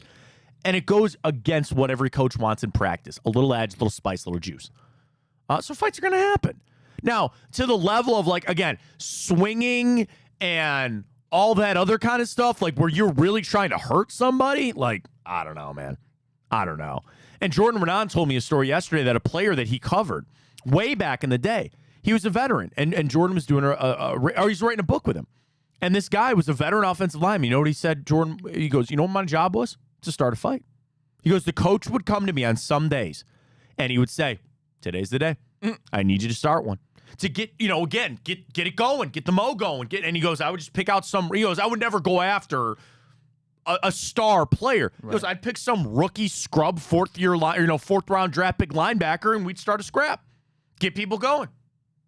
It's a quick story. It happened to me at BW. So I played BW, D3. Were you the star of the 4th round scrub? I was not in the fight. So it was D3, dude. It was glorified high school. It was we getting smoked. I had to play Mountain Union one year. We had to play Mountain Union. They had Pierre Garçon and Cecil Shorts on the same field. Nice. Did not go well for my Baltimore Yellow Jackets. But anyway, we're at 2-a-days. It's hot. Don't want to be out there. We're tired, getting our asses kicked. And I come back, and I was a tight end. So our tight end group was standing there. And this one kid who I really didn't care for anyway, he looked at me and goes, I'm starting to fight. And I go, man, that's the last thing any of us want to do right now. He goes, no, man, we got to get the mo going. And by God, we went out there next play, whistle blows, and he smacks the kid right in the face. And it just starts to scream. Then we all got to get in there. Somebody got hurt. Somebody got rolled up on their ankle. And I grabbed this kid. I go, you see what you just did? I go, that kid just got his ankle twisted over there. I don't care, all that kind of stuff. That's what camp has got to be. Sometimes that's what get the mo going. The NFL is going to come down and be like, nope, don't do this. How are they going to police it? There is zero chance, zero way for them to be able to actually stop this thing. Zero chance we stop this thing. Let's do it. Big day. Yeah. Big day. This will be for get 4 in a row. We get tomorrow. There's a giveaway coming your way out there. For everybody watching, we get the Immaculate Grid within 9 minutes. We'll be done. I like the only one team. Kind of like where we're sitting there with a little bit of the Dolphins on this. All right. This is our first time looking at it. Timer is set, young Ryan. Let me get a sip of coffee. Coffee up.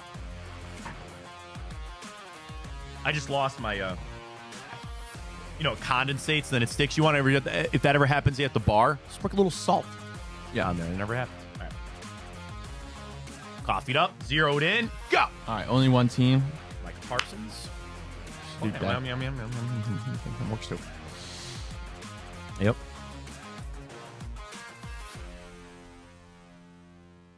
Daniel Jones. Too many Daniels, I guess. All right, we open things up here. Okay, Steelers Ravens. Oh, it's not Patrick Queen yet though, because he hadn't played there yet. Yeah, right. Zeitler. No, because the Steelers are the one team he's not played for in the AFC North. Ooh, that might be a little tough one there. That might be a little tough one there.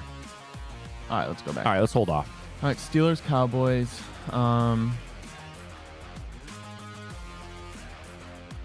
wanted to say Mike Williams, but I don't think that's right. Who? The receiver, Mike Williams. You don't remember him? As in the Mike Williams that's on the Jets right now? I'm thinking about Mike Wallace. Yeah, you're thinking Mike Wallace. Oh, Mike Wallace. Sorry, not Mike Williams. Yeah, I'm sorry. Yeah, Mike Wallace. Martavis Bryant, don't think so. Running back, no. All right, Steelers, Giants. Steelers, Giants.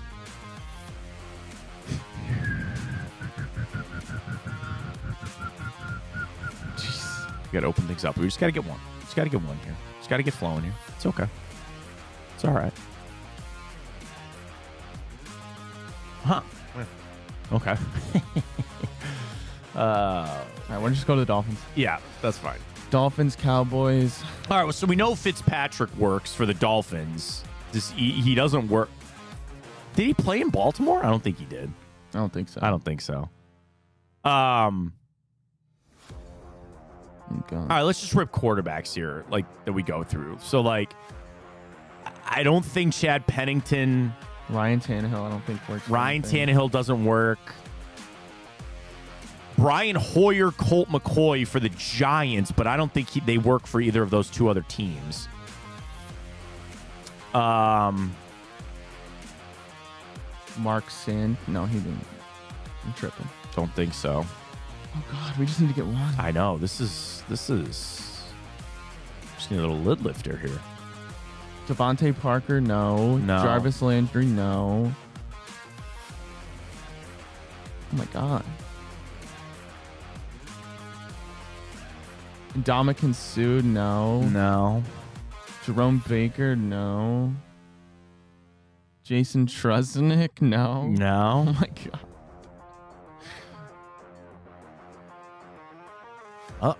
Oh my god. All right. Okay. Ricky Williams. Oh, Wait a minute. Wait. Did Ricky Williams not play in Baltimore? I don't know. I think he did. I don't know. I think he did. I don't know. Jay Ajayi, no. Jay Ajayi, I don't think so. Oh my god. I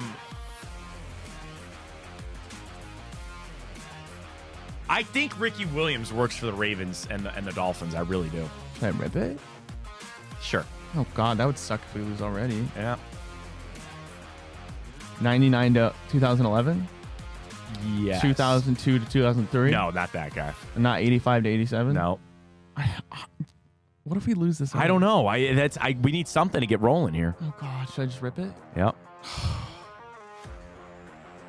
Okay. I thought that worked. I was pretty sure that worked. Okay. All right.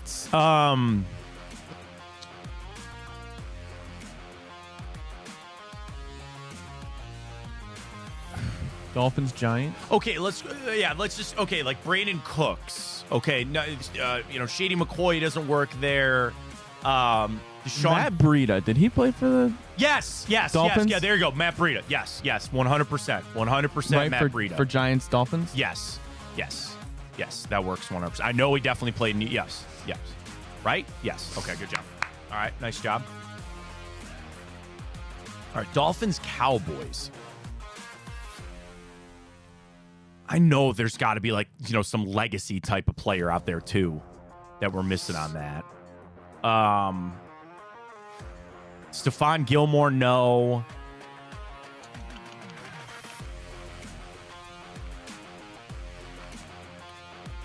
DeMarcus Lawrence, obviously no. I think defensive players have run through there. No.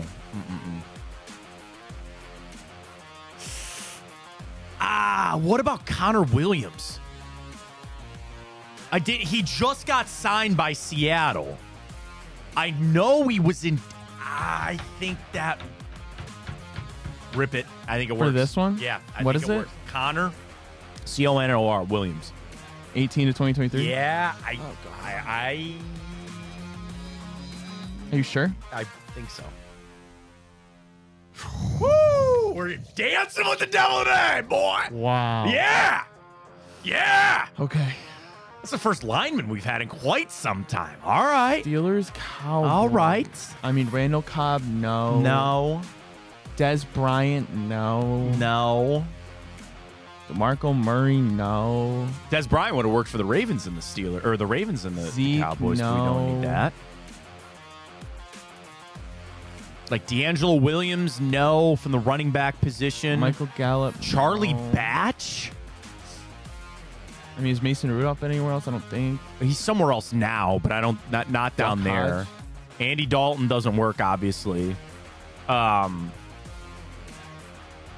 James Harrison, no, I don't think. Did Antoine Randall L. Cordell Stewart? Those are tough, man. Vance McDonald? No. I don't think so. Ravens Steelers. How do we not have one for Ravens Steelers? That's one that I'm like, ugh, I don't. Larry Ogunjobi didn't play for the Ravens. I know he's with the Steelers. I know he went to Cincinnati. Obviously, he was here. He's on the Zeitler train. But I don't even think he went to Baltimore. Kyle Van Noy never played for the Steelers, did he? I don't think so. I don't. Okay. Eric Weddle never went to the Steelers. To Baltimore just for a quick second there. Oh,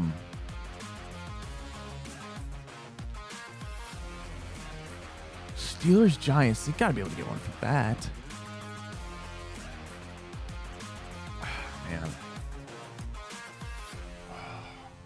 I'm on, I know we're gonna run out of time, but I also just don't even care. I just rather just try to get it done here.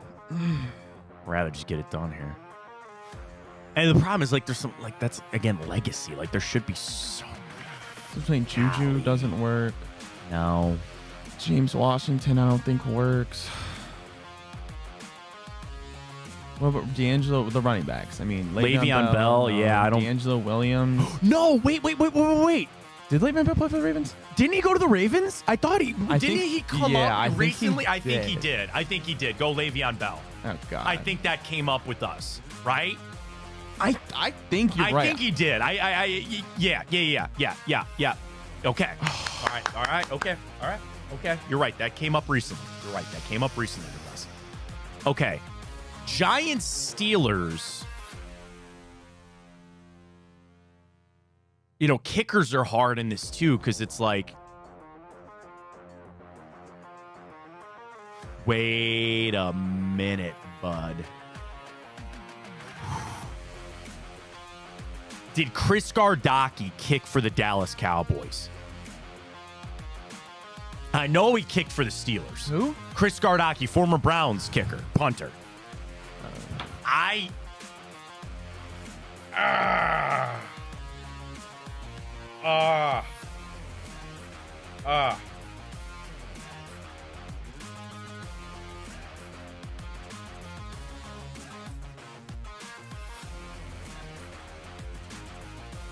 want that to work so bad. And I kind of think it does. Oh my God, I think Chris Gardocki works. I mean, we've been dancing here, man. I'd like to Google it. You know I would. No. But we just can't come up with, we're not helping ourselves on anything else right now.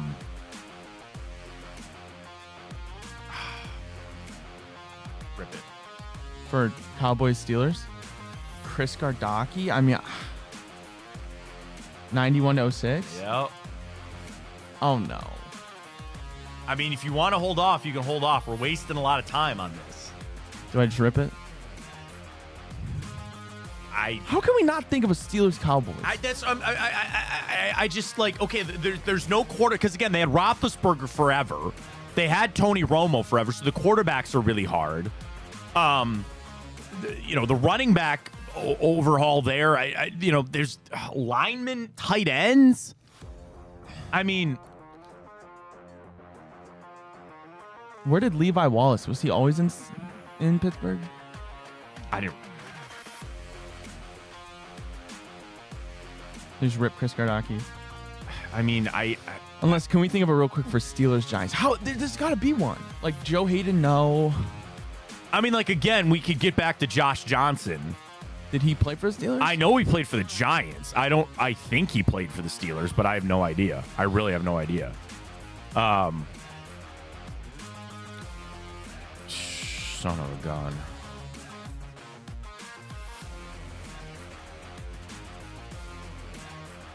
Like, dude, Ryan Switzer? no, I don't. I mean, again, I like where your head's going, but I can't. I'm just trying to think of like those Odell teams. David Tyree, I don't think so. Like that was way before Odell's time, but I'm just saying, I'm just going off receivers there. Like O.C. Umenyiora, Justin Tuck, Victor Cruz. Mario Manningham? Yeah, like.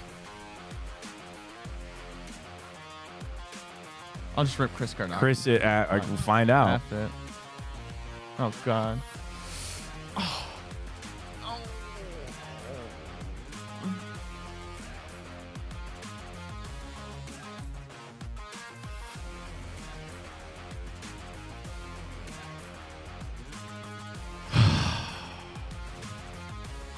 Well, it's already over. Yeah.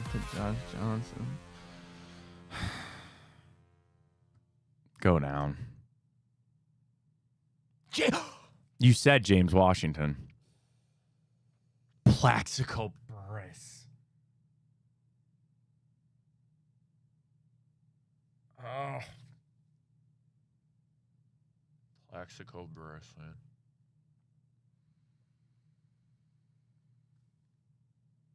Golly. Should we see? Yeah, go see if there's more. All right, Cowboys, Steelers. Man. I don't even recognize anybody. You said James Washington. Ryan Switzer. You're right. Dude, oh my God, you're right. How did I not say that? You were right on Ryan Switzer. You're right. Oh my God. And then Giants Steelers. Oh my God. Bro. I don't recognize anybody for No. Nick Bennett. Damn it. I'm sure the chat got all of them. Yeah. Dude. Yeah, Plaxico Burress. Plaxico Burress. That's Plaxico Burress. We should have gotten that one. Gosh darn it. Is there any way to redeem ourselves today? I mean, we already used up Wordle for the week. Yeah. Fudge. Son of a gun. I mean, I'll leave it up to you. I think we fried it. I think we fried it for this week. So we're going to have to do it next week. That's frustrating. I blame myself. I really do. Because Switzer, we should have gotten that one. I should have known that. We can't go out on a Thursday like that. What do you want to do? I don't know. The only thing I thought of was Wordle.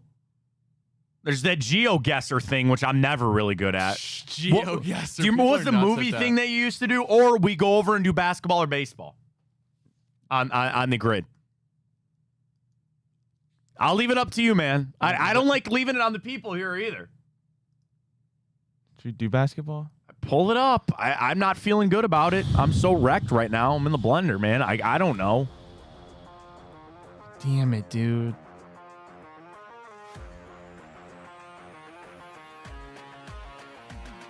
Do we try it? Sure.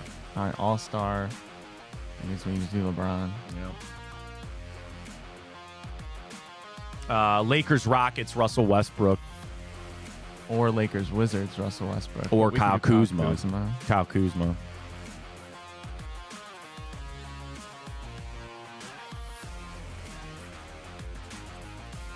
I'm so distraught. I know. All-Star Hornets. I mean, we could. He doesn't have to. It didn't have to be an All-Star with the Hornets, right? I don't know. Why? Who are you thinking? Let's just say Gordon Hayward. Yeah. He had to have been an All-Star at least once. Well, doesn't he work for the Wizards too? I don't think so. Okay. Yeah, so he had to be them. Weird. Just We lost. Get over it. get over it. Oh well. It is what it is.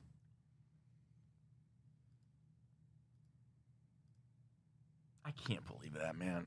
And we were struggling, like we fought through that grid, man. Yeah, we deserved that. I pulled Connor Williams. You pulled Matt Breida. Yeah, that was nuts. It's. I need a break to compose myself over here. Damn, man. Damn. All right, let's catch our final break. We'll come on back. We'll get to some time hop. We'll get to going up for the preseason games tonight. Get. Stay with us. Well, how do they know I'm doing this? Did somebody leak this out? It's social media. Oh. It's just that's the way social media works now. I thought maybe you were just running that yap.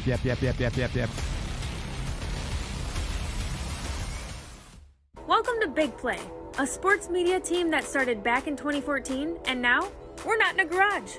Look at us, incorporating some of Cleveland's favorite sports personalities, bringing you fun and compelling content from downtown Cleveland. Coming to you live from the shores of Lake Erie and Burke Lakefront Airport, join Team Big Play for all the best sports talk in Ohio. Check us out on social media at Big Play, bringing you fun and compelling content from downtown Cleveland. Anthony Schlegel, just how physical he was. You saw the girth and the power and everything he was bringing to the table, especially when he was a nice beefy 255 playing middle linebacker. We were called soft last year. You don't want to be soft, especially when you come to the playoffs. So that's going to be a process throughout this season of establishing us as a harder team here in the I don't buy into this nonsense, this conspiracy nonsense that he's got his money and he's dogging it. That's ridiculous. They're off in the Kentucky Derby.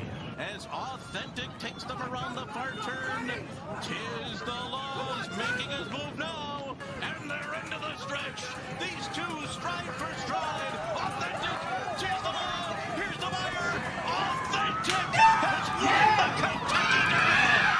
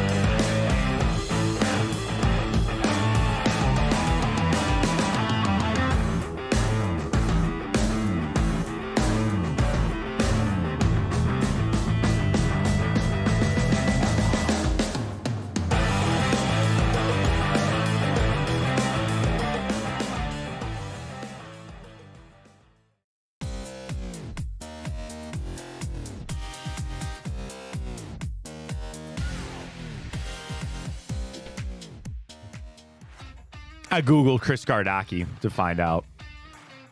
Bears, Colts, Browns, Steelers. Bears, Colts, Browns, Steelers for Chris Gardocki. That was it, man.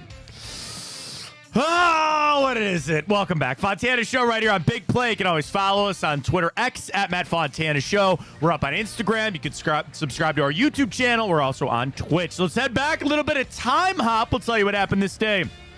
On the 8th of August, including 2 years ago today, Kevin Durant sits down with Nets ownership and says, you either trade me or you fire Steve Nash and GM Sean Marks.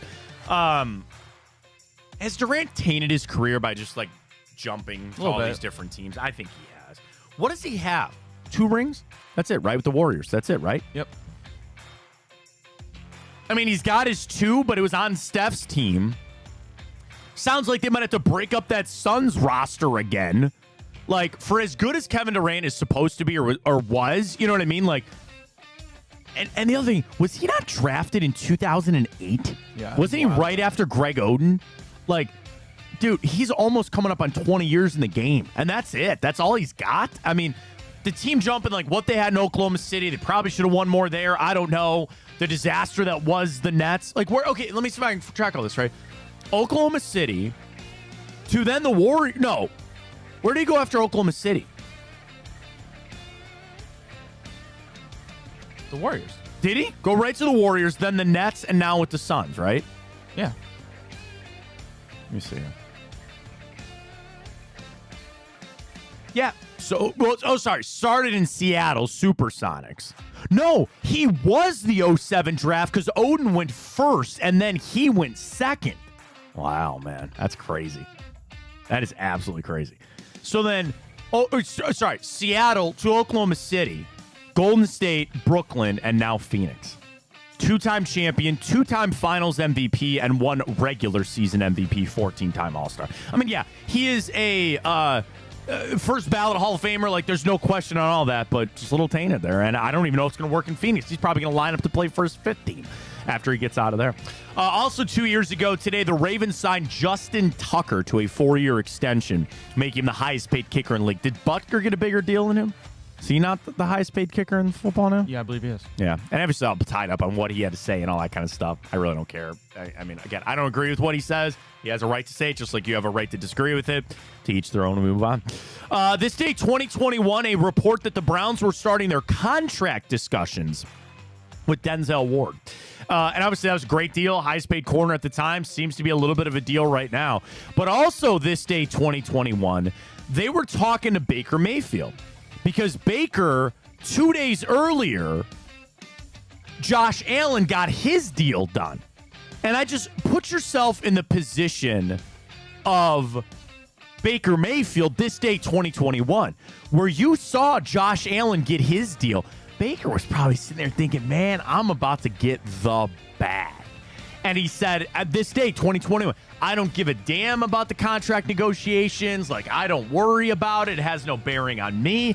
But that's got to be like such a tough spot for him to be sitting there and saying, hey, I thought this money was good. And granted, he's got a good, nice little chunk there with Tampa Bay, and he's kind of carved out a nice little spot for him. But he thought he'd be in line for one of these 35, 50, at the time, $35, $40 million deal things, and it really work out for him that way. He's doing all right, but still, like, he thought it was going to be a lot more. How quick things can turn in just 3 years, man.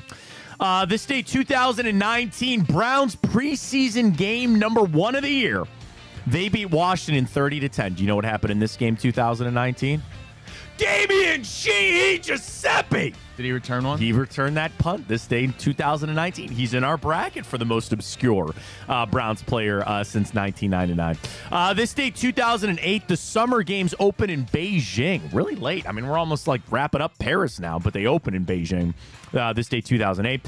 This day, 1992, the Dream Team won gold. There's a close one here. They beat Barcelona 127-80. They beat them by 47 in the gold medal game. They went on they went 6-0 in the tournament, with their closest game being a 38-point win over Puerto Rico. I think they covered today against Serbia, right? 16? That's what I took them at? I don't know. Yeah, I mean, do they have the want to do it? Right. That's the biggest question. History at Wrigley Field, this day, 1988. It was supposed to be the first ever night game at Wrigley, but actually got rained out in the third inning, and they play the next day. But they were the last professional baseball field to turn the lights on in 1988, because up to that point, they'd only play day games at Wrigley. That was the charm of Wrigley. 91-year-old Cubs fan Harry Grossman had the honor of flipping the switch of turning the lights on at cool. Wrigley. Yeah, I think that's a pretty cool honor. I've seen Wrigley. I've been around it. It's kind of a dump, and they only can do what they... It's that and Fenway. They're dumps. They're cool because they're Fenway and Wrigley Field, but they can only do so much upkeep and only do so much to kind of keep it, breathing there, so to speak. But Wrigley Field turned the lights on this day, 1988. This was the only time at this point that this has ever happened. This day, 1974, Richard Nixon resigned as president. I mean, you've had somebody you thought maybe should. Whatever. Biden just said he didn't want to run again. He didn't resign, but Richard Nixon resigned as president. This day, 1974. Here's an interesting story about the Cleveland Naps. We forfeited to Detroit this day, 1903. Here's why. Cleveland was batting in the bottom of the 11th inning. We were down 6-5 in extra innings, so we're probably going to lose anyway. A baseball that was beat up, old, black, and had cuts all over it. Not a baseball suitable to be played with, was put into play. Nap's manager, Nap Lajoie, noticed the umpires didn't. He took the ball, threw it into the grandstands, and therefore resulted in a forfeit for the Cleveland Naps this day, 1903. Can't play with bad balls? Can't play with bad balls, man. That's where it is. Very happy birthday goes out to former Browns MVP Brian Sipe, Bruce Matthews, Roger Federer. It's Pierre Garcon's birthday today. Wow, what are the odds?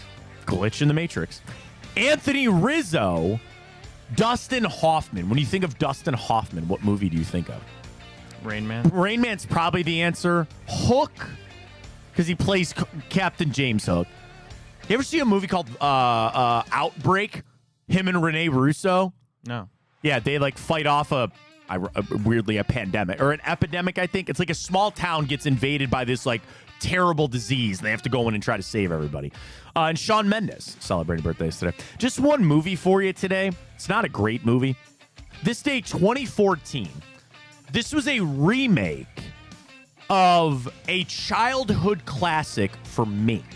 Started as a comic book, eventually an animated TV show, and I got 3 live-action movies in the 90s that are all superior to all the other movies they've tried to remake since. So they rebooted in 2014 with this movie. Tarzan? No. Then they made another one, a sequel to that. That kind of went to the wayside. And now we've got another animated one that just came out. This came out in 2014. This was the reboot in 2014. So again, it was very heavily 90s, late 80s. The comic book was in the 80s. The animated series was in the 80s. And then I got 3 live-action movies in the 90s. They rebooted it in 2014.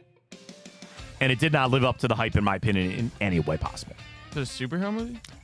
Kind of, but not really. Like a little bit, yes, maybe. Like when you finally get it, you would say that these people probably don't think of them as superheroes. They're like their own little entity, so to speak. I'd give you a hint, but I think I'd lay it up for you if I did.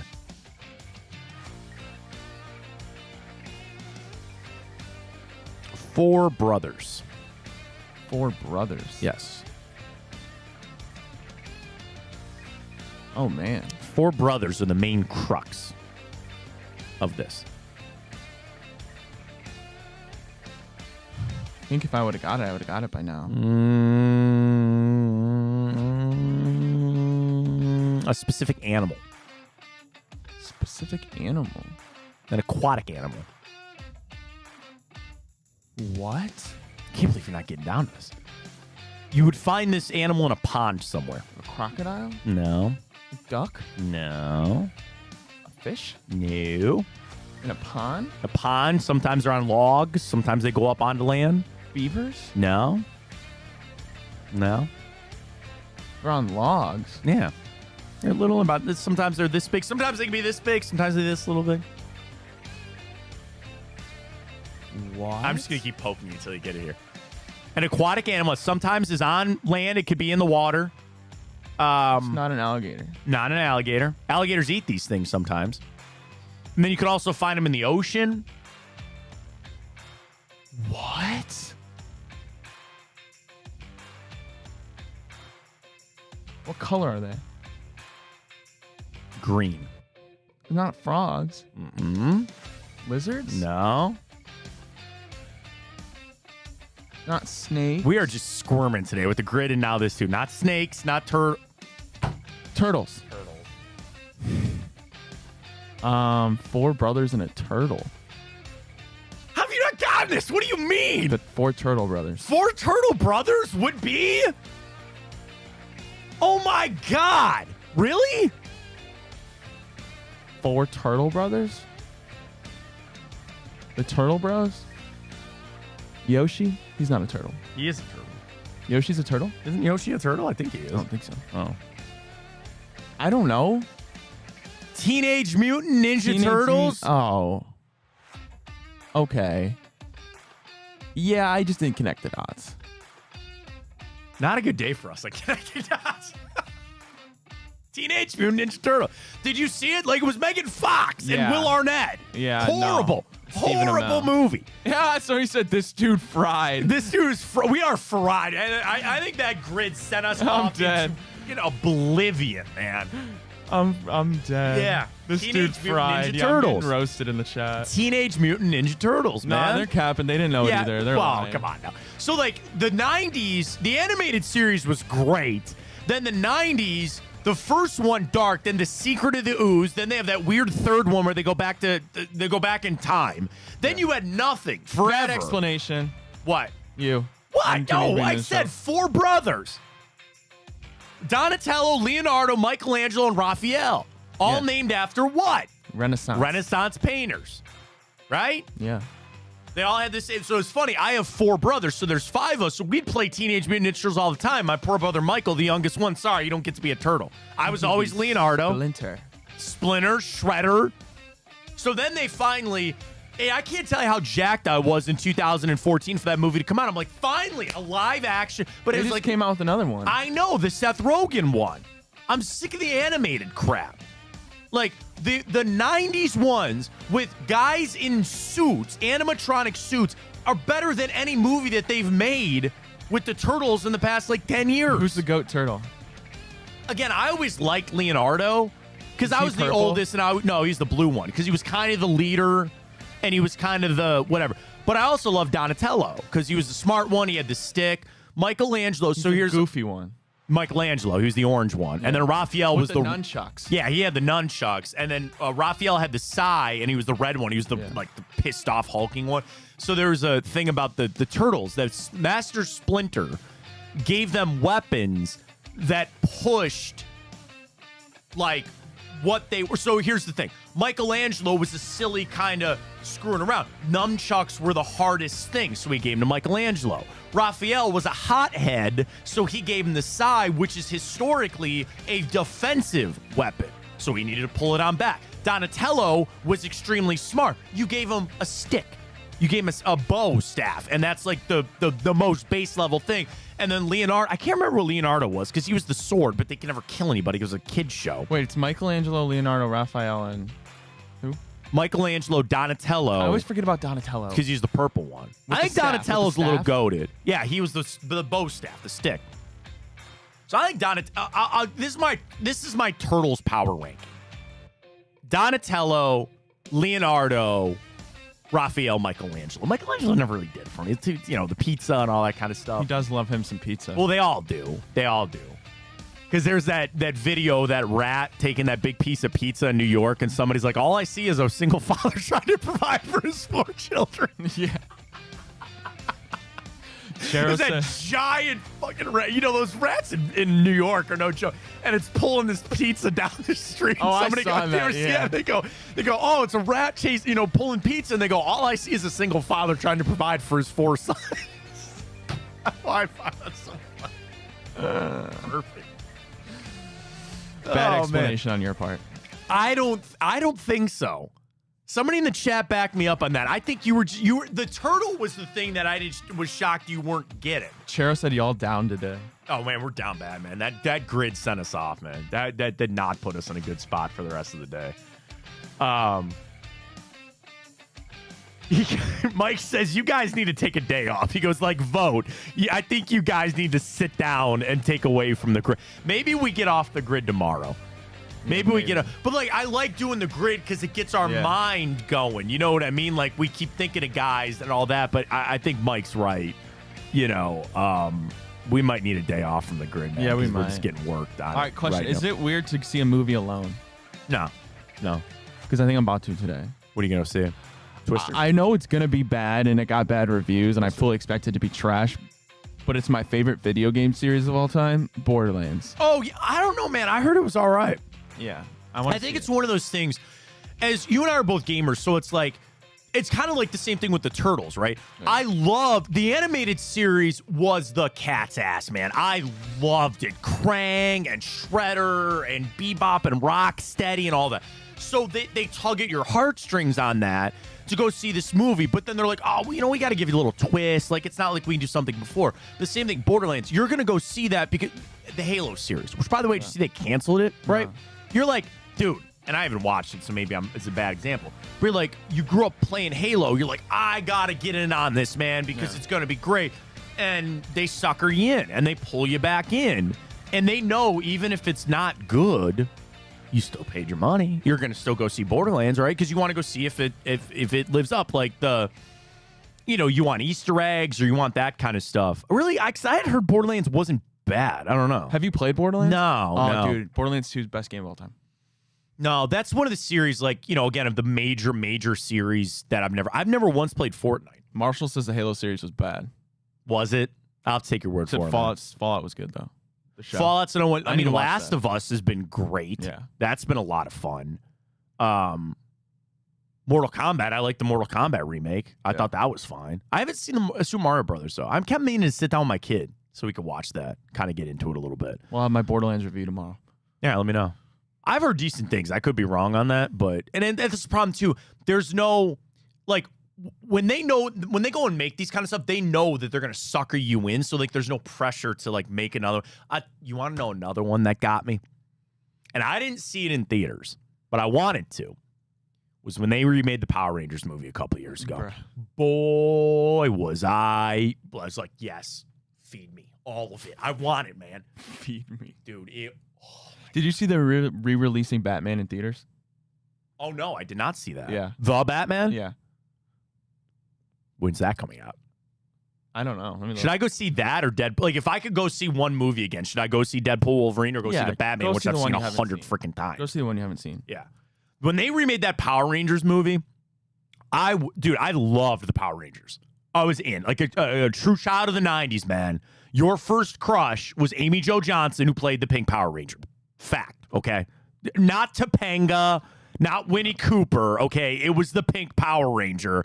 That was your first crush as a kid from the 90s. So they go, hey, we're remaking the Power Rangers. Well, you know me. I'm like, yes, all day. Yeah. Bro. Re-release for one day only, Wednesday, August 28th, and it says it includes a sneak peek of the Penguin.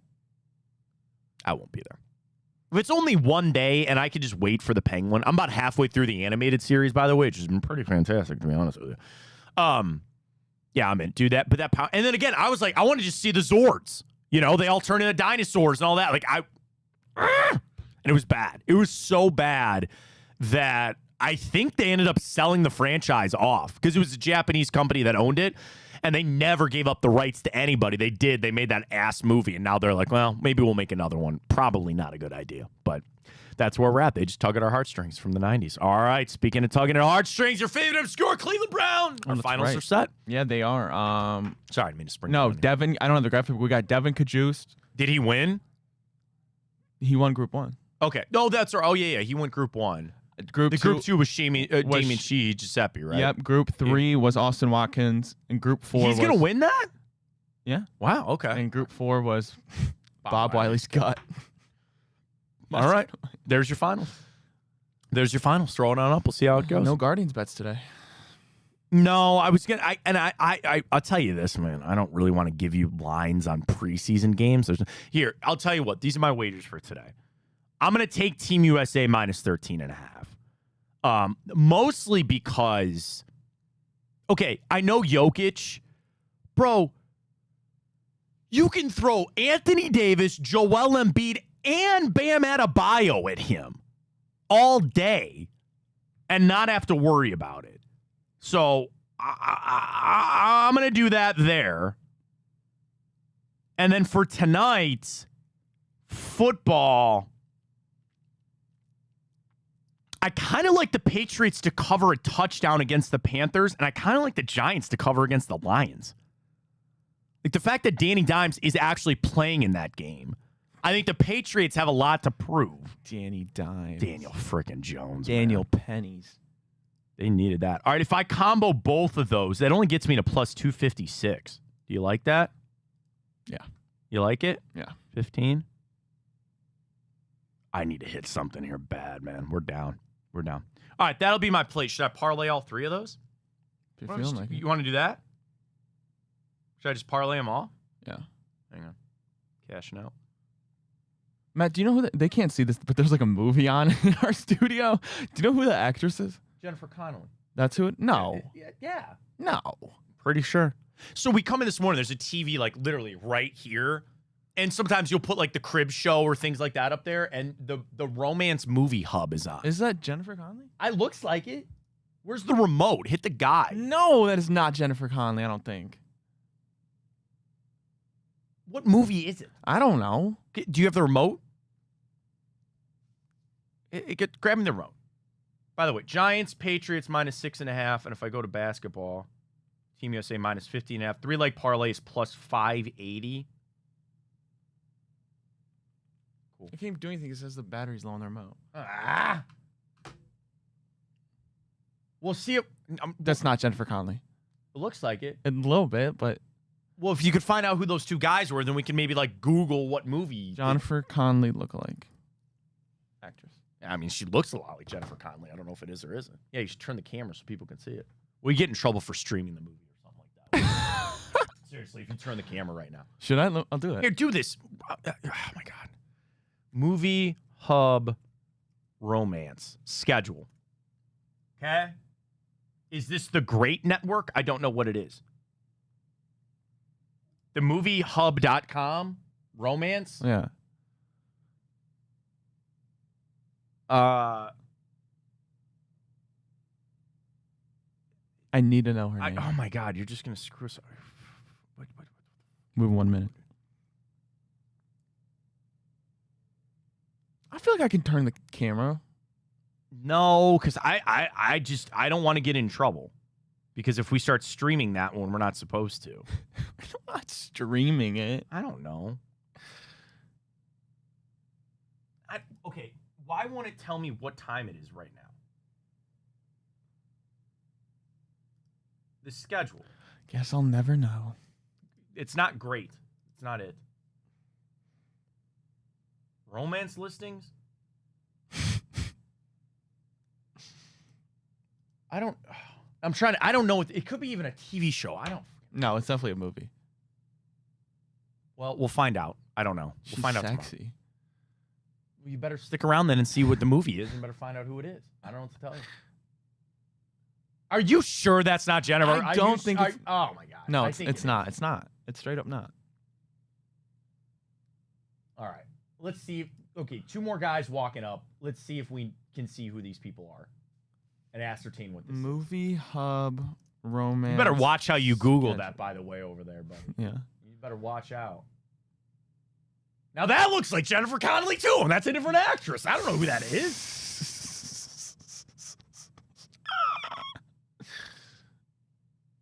I don't know. That's it. Bye. We'll see you tomorrow, 9 o'clock. We'll find out what movie this is. Appreciate everybody joining us. Fontana Show right here on Big Play. You're not going to do your... Take it easy. Take it easy.